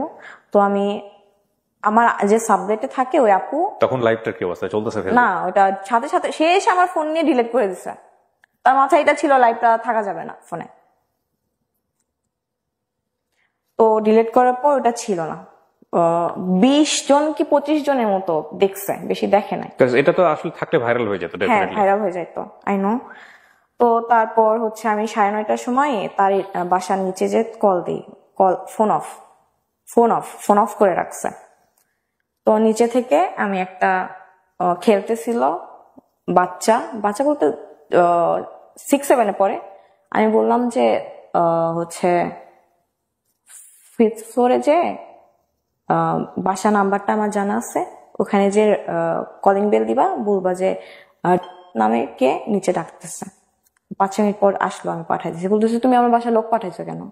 আমি বলছি আপনি ফোন অফ রাখছেন কেন? আমি তো যাইতে পারতেছি না, কারণ আপনার বাসায় হচ্ছে ফ্যামিলি আছে, এই জন্য তো আমি যাইতে পারতেছি না। তো তখন আমাকে বলে আমার ভাইয়া বাইক অ্যাক্সিডেন্ট করছে, মিথ্যা কথা বলে। বাইক অ্যাক্সিডেন্ট করছে, আমার বাসায় থাকা লাগবে। ওর বাসায় কি জেনে গেছে 10 দিনে যে আপনার সঙ্গে সম্পর্ক আছে? না, কালকে নিয়ে তোমাকে পুরো ঢাকা শহর ঘুরবো, সিম্প্যাথি দিয়ে সুন্দর করে বুঝাই, আমি বাসায় চলে যাই, সে বাসায় চলে যায়। রাতে আর কল দেয় না, বলে ভাই অ্যাক্সিডেন্ট করছে, আমার ভাইয়ের কাছে থাকা লাগতেছে, আমি আজকে তোমারে কল দিব না, কালকে সকালে কল দিব। আমি আর বুঝতেছি না সেই রাতে সে তার গ্রামের বাড়িতে চলে যাইতেছে, আমি এটা জানি না। তো আমি বললাম আচ্ছা ঘুমান, আমি সারা রাত ঘুমাই নাই। তারপর সকালে 7টার সময় মনে হয় ঘুমাইছি, 11টার সময় উঠছি। আপনার বাড়ি থেকে লোক আসে নাই পরের দিন থেকে? আসতে চাইছিল, আমি আটকাইছি। আম্মু আসতে চাইছিল, আব্বু অসুস্থ ছিল, আব্বু হচ্ছে ভাইয়া কিছু জানে না? না, ভাইয়া জানে না। তো তারপর হচ্ছে সে চলে গেছে। আমি পরের দিন বিকালের দিকে তাকে কল দেই যে আপনার তো আজকে আমার সাথে বের হওয়ার কথা ছিল। বলতেছে আমি তার নানু বাসা হচ্ছে আপনার নোয়াখালী, দাদু বাসা নোয়াখালী, নানু বাসা আর ভোলা, দুই জায়গায় থাকা হয় তাদের। নোয়াখালী গেছে। আমি বললাম নোয়াখালী গেছেন মানে? আজকে আপনার হচ্ছে আমাকে নিয়ে বের হওয়ার কথা ছিল। বলতেছে বেশি কথা বলবো না, ব্লক খাবা। আবার হ্যাঁ, বিষয়টা আপনারা হয়তো অনেকেই রিলেট করতেছেন, তারপরেও বলি আপনারা, কারণ গল্পটা এই পার্টটা অনেক বড়। ওর লাইফের আরেকটা পার্টে, যেটা একটা ছেলেও কিন্তু ওর জন্য ওরকম ক্রেজি ছিল, যে ওর ফার্স্ট হাজবেন্ড ছিল। হ্যাঁ, ফার্স্ট হাজবেন্ড মানে কি, হাজবেন্ডই ছিল আলটিমেটলি। পরে তার হাজবেন্ড কেউ হয়েছে কিনা আমি জানি না এখন পর্যন্ত। তো এরপরে যে রিভার্সটা করছে, ও ক্রেজি হয়েছে কারোর জন্য, এটা একটু খেয়াল করেন। মানে ওর লাইফে ওর জন্য কেউ ক্রেজি ছিল এই লেভেলের একটা সময়, এবং সেটা সে বুঝে ওর দিকে যে কোনো ভাবেই হোক ডিভিশন দিয়ে ওকে অ্যাচিভ করার চেষ্টা করতেছে।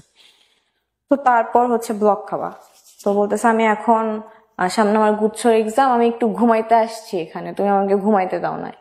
এদিকে আমি কতদিন কত রাত ঘুমাই নাই, তার তো কোনো আইডিয়া নাই। তো আমি একটু শান্তি মতো ঘুমাইতে আসছি, আমার সামনে গুচ্ছ এক্সাম, তুমি আমাকে ডিস্টার্ব করবো না। গুচ্ছ এক্সাম? গুচ্ছ কি জিনিস এটা? Varsity exam. গুচ্ছ বলতে এখানে 24টা ভার্সিটি আছে। ওকে, এটা আমার সাথে আমি পরিচিত না, রিসেন্টলি বোধহয় হয়েছে। হ্যাঁ, এটা বলে সে আমার ব্লক করে দিল সব জায়গা থেকে। আমি 8 ঘন্টার মধ্যে। এত ব্লক করতে কেন? কারণ আপনি খুব পোক করতে থাকে, জান কি করতেছো, জান কোন জায়গায়, জান এইটা, জান ওইটা, বাথরুমে কিনা। কখনোই না, আমি তাহলে ব্লক কেন করতে পারবো? কখনো তার থেকে কৈফিয়ত চাই নাই। কই বাইরে, আচ্ছা ঠিক আছে বাসায় যাবো, একটু কল দিয়েন। কখনো জানতে চাই না যে বাইরে কি করো তুমি। বাট সময় চাইতেন? হ্যাঁ, সময় চাইতাম। তো ব্লক করলো। আমি 8 ঘন্টার মধ্যে ডিসিশন নিলাম আমি নোয়াখালী যাব। আমি অসুস্থ, 2 দিন হচ্ছে আমি খাই নাই। 2 দিন হচ্ছে ঝামেলা চলতেছে তার সাথে, আমি 2 দিন খাই নাই। আমি খাইছি আপনার কোক আছে না, কোকের উপর আছে, আমি শুধু কোক খাইতেছি। তো আমি একটা সিএনজি রিজার্ভ করলাম, আপনার ইয়াতে চলে গেলাম সায়দাবাদ। এত পরিমাণ তাকে ভালোবাসি যে আমি নিজের পাশে কখনো কাউরে কল্পনা করতাম যে না, বাসে তো সিট 2টা না, আমার পাশে কেউ বসবে এটা আমি মানতে পারতাম না। আমি 2টা সিটই বুক করে নিতাম। তো আমার কাছে টাকা ছিল না, তো আমি আম্মুকে ফোন করে বললাম যে আম্মু আমার সাইকিয়াট্রিস্ট দেখানোর কথা ছিল। ফ্যামিলি থেকে সাইকিয়াট্রিস্ট দেখানোর কথা হচ্ছে? হ্যাঁ, আমার এগুলো ক্রেজিনেস দেখে আমাকে বললাম আমি ডক্টর দেখাবো, আমাকে টাকা পাঠান। আপনি রাজিও ছিলেন? হ্যাঁ, কারণ এটা আমার দরকার। আপনি বুঝতেছিলেন যে এগুলো আপনার প্রবলেম হচ্ছে, এবং আপনি 8-10 জনের মতো না। না, আমি ডিফারেন্ট, এটা আমি বুঝতেছিলাম যে আমাকে প্রবলেম করতেছে, এখান থেকে আমাকে হচ্ছে মুভ অন করা লাগবে। এটার জন্য ডক্টরকেও যদি দেখানো হয় আমি দেখাবো। তো আমাকে বললাম আমি ডক্টর দেখাবো, আমাকে টাকা পাঠান। মিথ্যা কথা বলছি।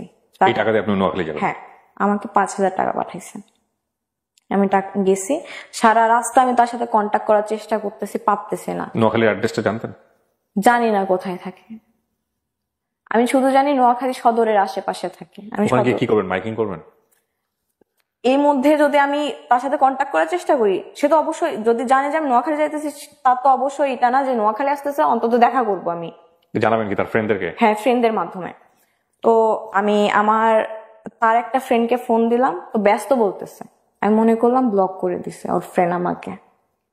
তো আমার সামনে সিটে একটা আন্টি বসছিল, আন্টির কাছ থেকে ফোন নিলাম আমি যে আন্টি একটু কথা বলবো, আমার ফোনে টাকা নাই। তো ওইখান থেকে তার ফ্রেন্ডকে একটা ফোন করলাম যে ভাই আপনি কি আমাকে নাম্বারে ফেসবুকে ব্লক করছেন? বলতেছে হ্যাঁ। কেন করছেন? বলতেছে যে ফোন দিয়ে বলছে যে আমার সাথে যদি কোনো কন্টাক্ট রাখিস তাহলে তোর সাথে আমি ফ্রেন্ডশিপ রাখবো না। তো আমাকে বাধ্য হয়ে করা লাগছে। বলতেছে যে আপু কিছু মনে করেন না। তারপর আমাকে অনেকগুলো কথা শোনালো যে হ্যাঁ তুমি ওর জন্য পাগল, ও তো থাকতে চাইতেছে না, ওকে ছাড়ো। তারপরে আমি হচ্ছে আমার একটা ফ্রেন্ডকে কল দিলাম যে আমি তোর নাম্বার দিতেছি, কন্ট্যাক্ট কর। তো সে সাথে কন্ট্যাক্ট করতে পারছে। তো বলতেছে ভাইয়া হচ্ছে রাফিয়া তো অন দা ওয়ে, হচ্ছে নোয়াখালী যাইতেছে, কুমিল্লায় আছি আমি তখন। তো বলতেছে ও মরে গেল, আমি রাস্তায় পড়ে থাকলে আমি ওর সাথে দেখা করবো না, ওর লাশের দিকে আমি ফিরেও তাকাবো না, এইভাবে বলছে। তো বলতেছে যেখানে আছে সেখান থেকে ঢাকা ব্যাক করতে বলো। তো আমার সেন্সে ছিল যে আমার লাভ নাই। বাট রাত 9:30 কি 10টা বেজে গেছিল। ওই হাইওয়েতে নামলে আশপাশ কোনো বাড়ি ঘর নাই, আমি ওইখানে যদি নামি আমি বিপদে পড়ে যাব। আমি চেষ্টা করতেছিলাম যে আমি ঢাকার দিকে ব্যাক করার, তো পারতেছিলাম না। তো তারপরে হেল্পার কন্ট্রাক্টর ছিল বাসে, বললাম যে আমাকে একটু হচ্ছে কোনো বাস স্ট্যান্ডে নামাই দিয়েন, বা যেখান থেকে আমি ঢাকাতে ব্যাক করতে পারবো। রাত বাজে তখন 11:30। আমাকে একটা বাস স্ট্যান্ডে নামাই দিছিল নোয়াখালীতে ঢুকতেই, চাটখিল জায়গাটার নাম। আমি সাথে অন্য একটা ফ্লেক্সি লোডের দোকান থেকে ফোন নিয়ে কল দিই, এর নাম্বার ঢোকে না, আম্মুর নাম্বার ছিল আমার কাছে, ওর আম্মুর নাম্বারে কল দিছি, ওর আব্বু ধরছে। তো আমি পরিচয় দিছি আমি তার ফ্রেন্ড, আমি নোয়াখালী আসছি একটা কাজে, ফোন পাচ্ছি না, ওকে দিছে। তারপর বলতেছি আমি তোর আম্মুরে কল দিতেছি, সেটা বললাম। আমার আম্মুরে কল দিয়ে যাতা বলছে, মাকে ফোন দিয়ে যাতা বলছে। তো তারপর আমি বলতেছি আপনি যা ইচ্ছা করেন আমারে কল দেন, এখন আমার নাম্বার যেহেতু আপনি ব্লক করছেন আমি আপনাকে কল দিতে পারতেছি না। আমি এখন রাগ বাদ দেন, আমি একটা মেয়ে, আমি হয়ে আপনার কাছে হেল্প চাইতেছি, আমি একটা মেয়ে হয়ে আপনার কাছে সাহায্য চাইতেছি। রাত 12টা বাজে, এখানে আশপাশ সব দোকান বন্ধ, আপনি আমাকে হেল্প করেন। বলতেছে তুই মর, আমি তোর লাশও দেখতে যাব না। কানাকাটি করছে আশপাশ, হ্যাঁ আশপাশ হচ্ছে। Very dangerous. কেন বলি আপনাকে, এখানে অনেকগুলো ইস্যু আছে। ওই যে বললো না যে মারা যাবা সামথিং লাইক দিস, এই যে ফোনটা কথা বলছে, ওর ফোন থেকে যাওয়া ফোন গেছে, এটা কি আপনার ফোন থেকে ছিল? আপনার ফোন থেকে ওর সাথে কথা বলতেছিলেন তখন নাকি অন্য কারো ফোন থেকে? মানে এটা যদি কখনো নিজের ফোন থেকে বলে বা ওর ফোনে যার আছে সেটা যদি ট্র্যাক আউট করা যায়, তাহলে এটা মানে কি সম্পর্ক, কেন মেয়েটা মারা গেছে বা কি হয়েছে যদি যায়, এটা বের করা কোনো ব্যাপারই না বাংলাদেশ পুলিশের জন্য। তো এই যে ফোনে আমরা এই জাতীয় কথাবার্তা গুলো বলি, 100 বার চিন্তা করা উচিত। তারপর সে যখন ফোন কাটলো, একটা সিনজেলা সে বলতেছে, আপু কোথায় যাবেন? আমি বলতেছি, ভাইয়া আশেপাশে কি কোনো আবাসিক হোটেল আছে বা হচ্ছে 5 স্টার বা 4 স্টার হোটেল আছে, আমি একটু থাকবো, আমি কাজে আসছিলাম, আমি ফেসে গেছি এখানে। তো সিনজেলাটা বয়স্ক ছিল, আঙ্কেল টাইপের, প্রায় 10 কিলো আমাকে নিয়ে গেছে। কোনো আলো নাই, অন্ধকার, ইচ্ছা করলে কিন্তু আমার ক্ষতি করতে পারতো। আমি এদিকে দোয়া পড়তেছি যেন মানে কোনো বিপদে না পড়ি। সে আমাকে একটা হোটেলের নিচে নামাই দিল, চাইনিজ হোটেল ছিল মনে হয়। তো তখন কল দেয় আমার নম্বরে, কল দিয়ে বলে, আমি তোর নামে জিডি করবো থানায় কালকে, তুই যে আমাকে থ্রেট দিতেছস, জিডি করবো। ঠিক আছে, যা ইচ্ছা করেন। তো তারপরে আবার কল দিয়ে বলতেছে যে আমি হচ্ছে, তখন আমি হোটেলে ঢুকবো মাত্র, তখন কল দিছে। তো বলতেছে, আমি একটা হচ্ছে পুলিশ আঙ্কেলকে পাঠাইতেছি, কোথায় আসো অ্যাড্রেস দাও, তুমি বাইরে আসো, কেউ যদি তোমাকে আমি কিছু করতে পারবো না এখানে। আমি বলছি, এটা মাথায় আছে আপনার? 12:30 পৌনে 1টা বাজে এখন। কিন্তু ওর তো মাথায় ছিল, আপনার কেন মাথায় থাকে নাই? আমার মাথায় আছে, এই জন্যই তো আমি চেষ্টা করতেছি নিজের প্রোটেক্ট করা। হয়ে গেছে, আমি তো চলেই গেছি ওখান থেকে, তো আর ব্যাক করতে পারতেছি না। আমার প্রশ্নটা হচ্ছে যে এরকম একটা ঘটনা তো আপনার নোয়াখালীতে যাওয়ার আগে চিন্তা করার কথা। হ্যাঁ, তখন সেটা মাথায় ছিল না। তারপর 999 কল দিছে সম্ভবত, আমি অ্যাড্রেস দিছি, পুলিশ আসছে আমার থানায় নিয়ে গেছে। থানায় ঢুকছি 1:30টার সময়, তার মধ্যে আমার তার বড় ভাইয়ের সাথে কন্টাক্ট হয়েছে। থানায় নিয়ে আপনাকে কি প্রশ্ন করলো? থানায় নিয়ে অনেক প্রশ্ন করছে। ডেফিনেটলি করা উচিত। এবং আপনাকে যখন থানায় নিল, তার আগে কি আপনার বাবা মার সঙ্গে আপনার কথা হয়েছে যে আপনি থানায় যাচ্ছেন, বা থানায় নেওয়ার পরে পুলিশ কি জানিয়েছে? তো তার মাঝখানে আমার তার বড় ভাইয়ের সাথে কথা হয়েছে। তার বড় ভাই বাইরে থাকে, দেশের বাইরে। আমি তাকে ফোনে না পেয়ে তার বড় ভাইকে সবকিছু বলে দিই। হ্যাঁ, আমার দেয়ালে পিঠ থেকে গেছিল। কি বলবেন আপনি? অপরাধ তো তার না, আপনার কথা অনুসারে যদি আমরা যাই। হ্যাঁ, কারণ সে তো তার দিক থেকে ক্লিয়ার, দোষটা আমার, আমি বলতেছি। তো তার বড় ভাই আমাকে বলতো যে আগে তুমি থানা থেকে বের হয়ে ঢাকায় যাও, তারপরে এই বিষয় নিয়ে কথা হবে। আগে তোমার মেইন পয়েন্ট হইতেছে যে তুমি সেফলি আগে থানায় যাও, সেফলি আগে তুমি ঢাকায় পৌঁছাও। ভাইয়াটা খুব ভালো ছিল, বড় ভাইয়া সুন্দর করে কথা বলছে। থানায় গেছি, আমাকে থানার হচ্ছে ওসি সুন্দর ব্যবহার করে বলতেছে, আপনি আমাদের থানার গেস্ট, হ্যাঁ আপনি এখানে থাকেন। আমার হচ্ছে একটা ছবি ভিডিও ক্লিপ করে যে কেন আসছিলাম। আমি ফ্র্যাঙ্কলি বলছি যে আমি একটা কাজে আসছিলাম, বিপদে পড়ে 999 কল দিছি, শেষ। তো তারপর আমাকে একটা ঘরের মধ্যে আটকায় রাখা হলো, এমন ভাবে আমাকে ওইখানকার মহিলা পুলিশরা ট্রিট করলো যে আমি একটা মার্ডার কেসের আসামি। আমি ওই দিন, ভাইয়া বিশ্বাস করে, আমি দুনিয়া চিনছি। ওই 18 ঘন্টা আমি থানায় ছিলাম, আমি দুনিয়া চিনছি, সে আমায় চিনাই দিছে। আমি যে থানায় ছিলাম, একটাবার কল দেয় না আমারে যে তুমি কি সিচুয়েশনে আসো। আমাকে লিটারালি ফোর্স করা হইতেছে যে ওই ছেলের নামে মামলা করো, ফ্যামিলির নামে জিডি করো। ওইখানে একটা আঙ্কেল ছিল, যখন শুনছি ও থেকে আসছে, তখন আমার কাছে গেছে, বলতেছে ওই ছেলের নাম্বার দাও আমাকে, ও ছেলে কি করা লাগতেছে আমি করব। আমি বললাম না, আমি তার কোনো ক্ষতি চাই না। একটা বারো কল দেয় নাই, হারাই গেছে সে। তারপর আমি অনেকবার ট্রাই করছি, তাকে আমি কোনোভাবে ফোনে পাই না। তার আম্মু নাম্বারে কল দিছি, ফোনে পাই নাই। তার ভাইয়াকে লাস্ট অব্দি কল দিছি সকালবেলা, ভাইয়াকে বলছি, এটা বলা সাহস পাই না যে ভাই আমি এর সাথে কথা বলবো, বড় অনেক সিনিয়র, প্রাউডলি বলছে যে আমি তাকে বেস্ট সলিউশন দিছি, থানা হচ্ছে সেভ করছি। বাট ওই 17 ঘন্টা যে আমি কি ফেস করছি শুধু আমি জানি। আমাকে কয়েদের খাবার দেওয়া হয়েছে, যেগুলো থানার জেলে বসে খায়, আমি আমি ছুঁয়ে দেখি নাই। আমার 14 গোষ্ঠী এগেও কখনো থানা ফেস করে নাই। ওখানে লিটারালি আমার উপর ফোর্স করা হয়েছে যে জিডি করেন, জিডি করেন, জিডি করেন। আপনার হচ্ছে আমি হাত ধুবো, আমাকে হচ্ছে কলা দিছে, কেক দিছে। তো কলাটা পচা টাইপের ছিল, আমি খাইছি, তারপর জীবনে খাই নাই। আমি কখনো নিজে হাতে ভাত খাই না, বাসায় গেলে আম্মু খাওয়াই দেয়। তো আমার হাত মেখে গেছে। আমি বললাম যে, একটা মহিলা কনস্টেবল ছিল, আমি বললাম যে দরজাটা খুলেন, আমি একটু হাত ধুবো। বলতেছে আপনার কয়টা চাকর আছে, আপনি বারবার দরজা খুলবে আবার লাগাই দিবে। আমি ওই দিন আমি দুনিয়া চিনছি। তারপরে আমার মনের মধ্যে এটা আসছে যে আমি তার দিকে আর ফিরে তাকাবো না, এখান থেকে বের হই আমি শুধু। তো থানাতে বলতেছিল যে ফ্যামিলি মেম্বার না আসলে আপনাকে ছাড়বো না। আব্বু অসুস্থ এদিকে, আম্মু তো কিছুই জানে না, কোনো ওয়ে না পায়। আমি একটা ফ্রেন্ডকে ফোন দিচ্ছি যে দোস্ত আমি এরকম নোয়াখালী এখানে এসে, ডিটেলসে বললাম না, আমি তাকে বলছি তুই নোয়াখালী আয়, এসে আমার জাস্ট নিয়ে যায় এখান থেকে। সে একবারও জানতে চাইলো না কি হয়েছে, কাহিনী কি। সে বাইক রাইডার, হ্যাঁ, বাইক থেকে নোয়াখালী গেছে, বিপদে সাহায্য পাইছি। সে যদি আমাকে ওইখান থেকে না নিয়ে আসতো, আমি 5 দিনে ওইখান থেকে বের হইতে পারতাম না। সো ফ্রেন্ড গিয়ে ফ্রেন্ড বনসই দিয়েছে। হ্যাঁ, নোয়াখালী থেকে 7.5 ঘন্টা জার্নি করে বাইকের উপরে। এর মধ্যে আমি এটা পর নিয়েছিলাম যে সে জাহান্নামে যাক, আমি তাকে কখনো খোঁজ নিব না, তাকে ফোন দিব না। আমার এর একটা ছিল 8 ঘন্টার। এরকম রাগ আপনার অনেকবার হয়েছে সম্পর্কের মধ্যে? 8 ঘন্টা রাগ ছিল, তাকে আমি ফোন দেই আমার ফ্রেন্ডের নাম্বার থেকে। ফোন ধরে না, তার আম্মুর নাম্বারে কল দেয়, তার আম্মু ধরছে। তো আমার ফ্রেন্ডকে দিয়ে কথা বলাই যে আমি ফ্রেন্ড সে বলতেছে নাই। তো তারপর আমি ঢাকায় আসি। ঢাকায় আসার পর অনেকভাবে চেষ্টা করে তার সাথে কন্ট্যাক্ট করার।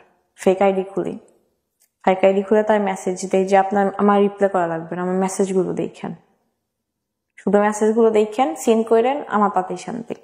2 দিন পরে দেখি সেখানে ব্লক করে দিছে। আরেকটা ফেক আইডি খোলার পরে দেখি যে মেসেজ দেওয়ার পর লেখা হচ্ছে they can not receive your message.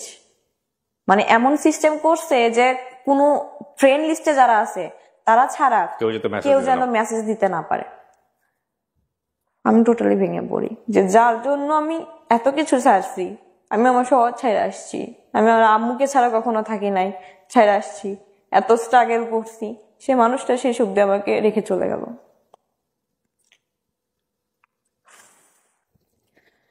ফ্রেন্ডদের নাম্বার থেকে ট্রাই করি, আমার যে রুমমেট এখন, তার ফোন থেকে ফোন করি। বেশ কয়েকদিন আগে আমার কণ্ঠ পেয়ে ফোনটা কেটে দেয়। সে কোনোভাবে আমার সাথে ইনভলভ হইতে চায় না, চলে গেছে। সেই সুযোগটা খুঁজতেছিল অনেকদিন যাবত। পুলিশ কেসের পরে কি আর যোগাযোগ হয়েছে? না। থানার পরে আর যোগাযোগ হয়নি? থানার ঘটনাটা কবে? থানার ঘটনাটা 30 জুন। 30 জুন। আজকে আমার যে রেকর্ডিং টাইম সেটা হচ্ছে 21 জুলাই। 20 দিন 21 দিন আগের ঘটনা। তারপর আমি বাজেভাবে ভেঙে, পুলিশ সাহেব আছে না, সাইকিয়াট্রিস্ট, বাংলাদেশে বড়, ওনার কাছে আমি দেখাই। উনি আপনাকে কি সমাধান দিয়েছে? শুধু একটু বলেন যে ওনার সমাধানটা আপনার কাছে ভালো লেগেছে কিনা, এটা ভালো লেগেছে?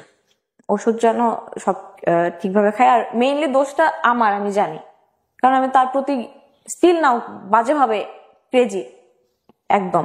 সে আমাকে দোষ দিচ্ছে, ছেলে তো তোমাকে আগে থেকেই ক্লিয়ার করছে। এই গল্পটা আপনি বলবেন, এটা কি আপনার আগে থেকে চিন্তা ছিল, নাকি আপনি এই থানার ঘটনা বা সমস্ত কিছু ঘটার পরে আপনি সিদ্ধান্ত নিয়েছেন?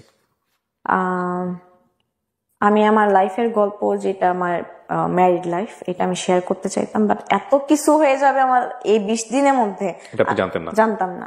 তারপরে আমি আপনার পেজে যে আপনাকে ছোট একটা মেসেজ দিয়ে রাখি, 5-6 লাইনের। রাইট, আমি ফোন নাম্বার ছিল ওখানে। হ্যাঁ, আমি সেটার স্ক্রিনশট মহিউদ্দিনকে পাঠিয়েছিলাম। হ্যাঁ, আমি বলে তারপরে সে আমার সাথে এসে শেয়ার করছে, স্যার এই হচ্ছে স্টোরি। বলছিলেন আগে আনুক, আমি কথা বলি, দেখি তারপরে কি অবস্থা। সেই কথা বলাটা এটা। আমার কথা বলাটা এরকম না যে আমি আপনার সঙ্গে বাইরে কথা বলবো, তারপর আমার কথা বলা মানে হচ্ছে সব অন স্ক্রিন। সো ডেফিনেটলি আমি এখানে যতটুকু নিলাম অতটুকু আমি প্রচার করবো না, আমি হয়তো প্রেসাইজলি করবো, বাট এটা। সো আপনি যেখানে আসবেন এটা আপনার বাবা মা তো জানে।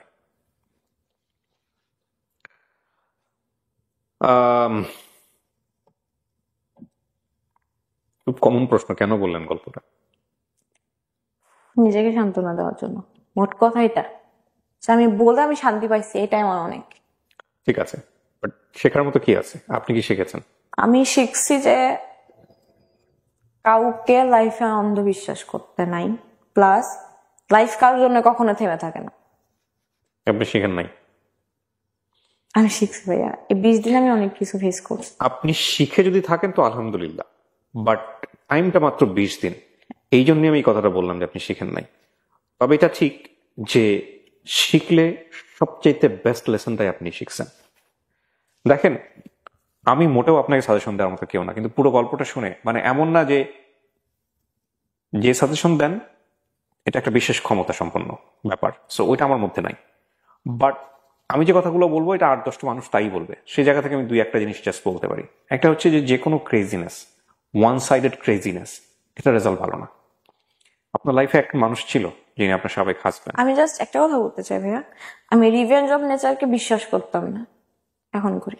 এটা বোঝাতে চাচ্ছেন যে আপনি তার সাথে যে আচরণটা করেছেন সেটাই আপনি রিপিট পেয়েছেন আপনার লাইফে, রাইট? সেটা এক ধরনের যদি আত্মগ্লানি থাকতো ভালো। কোনো পরামর্শ দিতে চান যারা আপনার মতো এই যে আছে, এই এসএসসি ইন্টার পড়ুয়া টিনেজার ছেলে মেয়ে যারা আছে? আমি এতটুকুই বলতে চাই যে লাইফে আজ যা কিছু হোক জোর করে কোনো কিছু পাওয়া যায় না ভাইয়া। জোর করে আজ যাই হোক একটা সম্পর্ক কখনো টিকানো যায় না, একটা সম্পর্ক বিল্ড আপ করা যায় না। যে ছেলেটার কথা আপনি বারবার বলেছেন আজকের অনুষ্ঠানে, যদি কালকেই আপনার সামনে আসে আপনি তো কালকেই গলে যাবেন। জীবনেও না, আমি স্ট্রং হয়ে গেছি, এনাফ স্ট্রং। আমি তাকে স্টিল ভালোবাসি, ভালোবাসাটা ভালোবাসার জায়গায়। সে আমার কাছে আসলে আমি হয়তোবা তাকে আর কোনোদিন accept করবো না, কারণ আমি তাকে আর সুযোগই দেবো না আমাকে আঘাত করার। সে যে আসবে, আসে আচ্ছা আমাকে সুন্দর করে কথা বলো, সে যে সেকেন্ড টাইম আর এই কাজটা আমাকে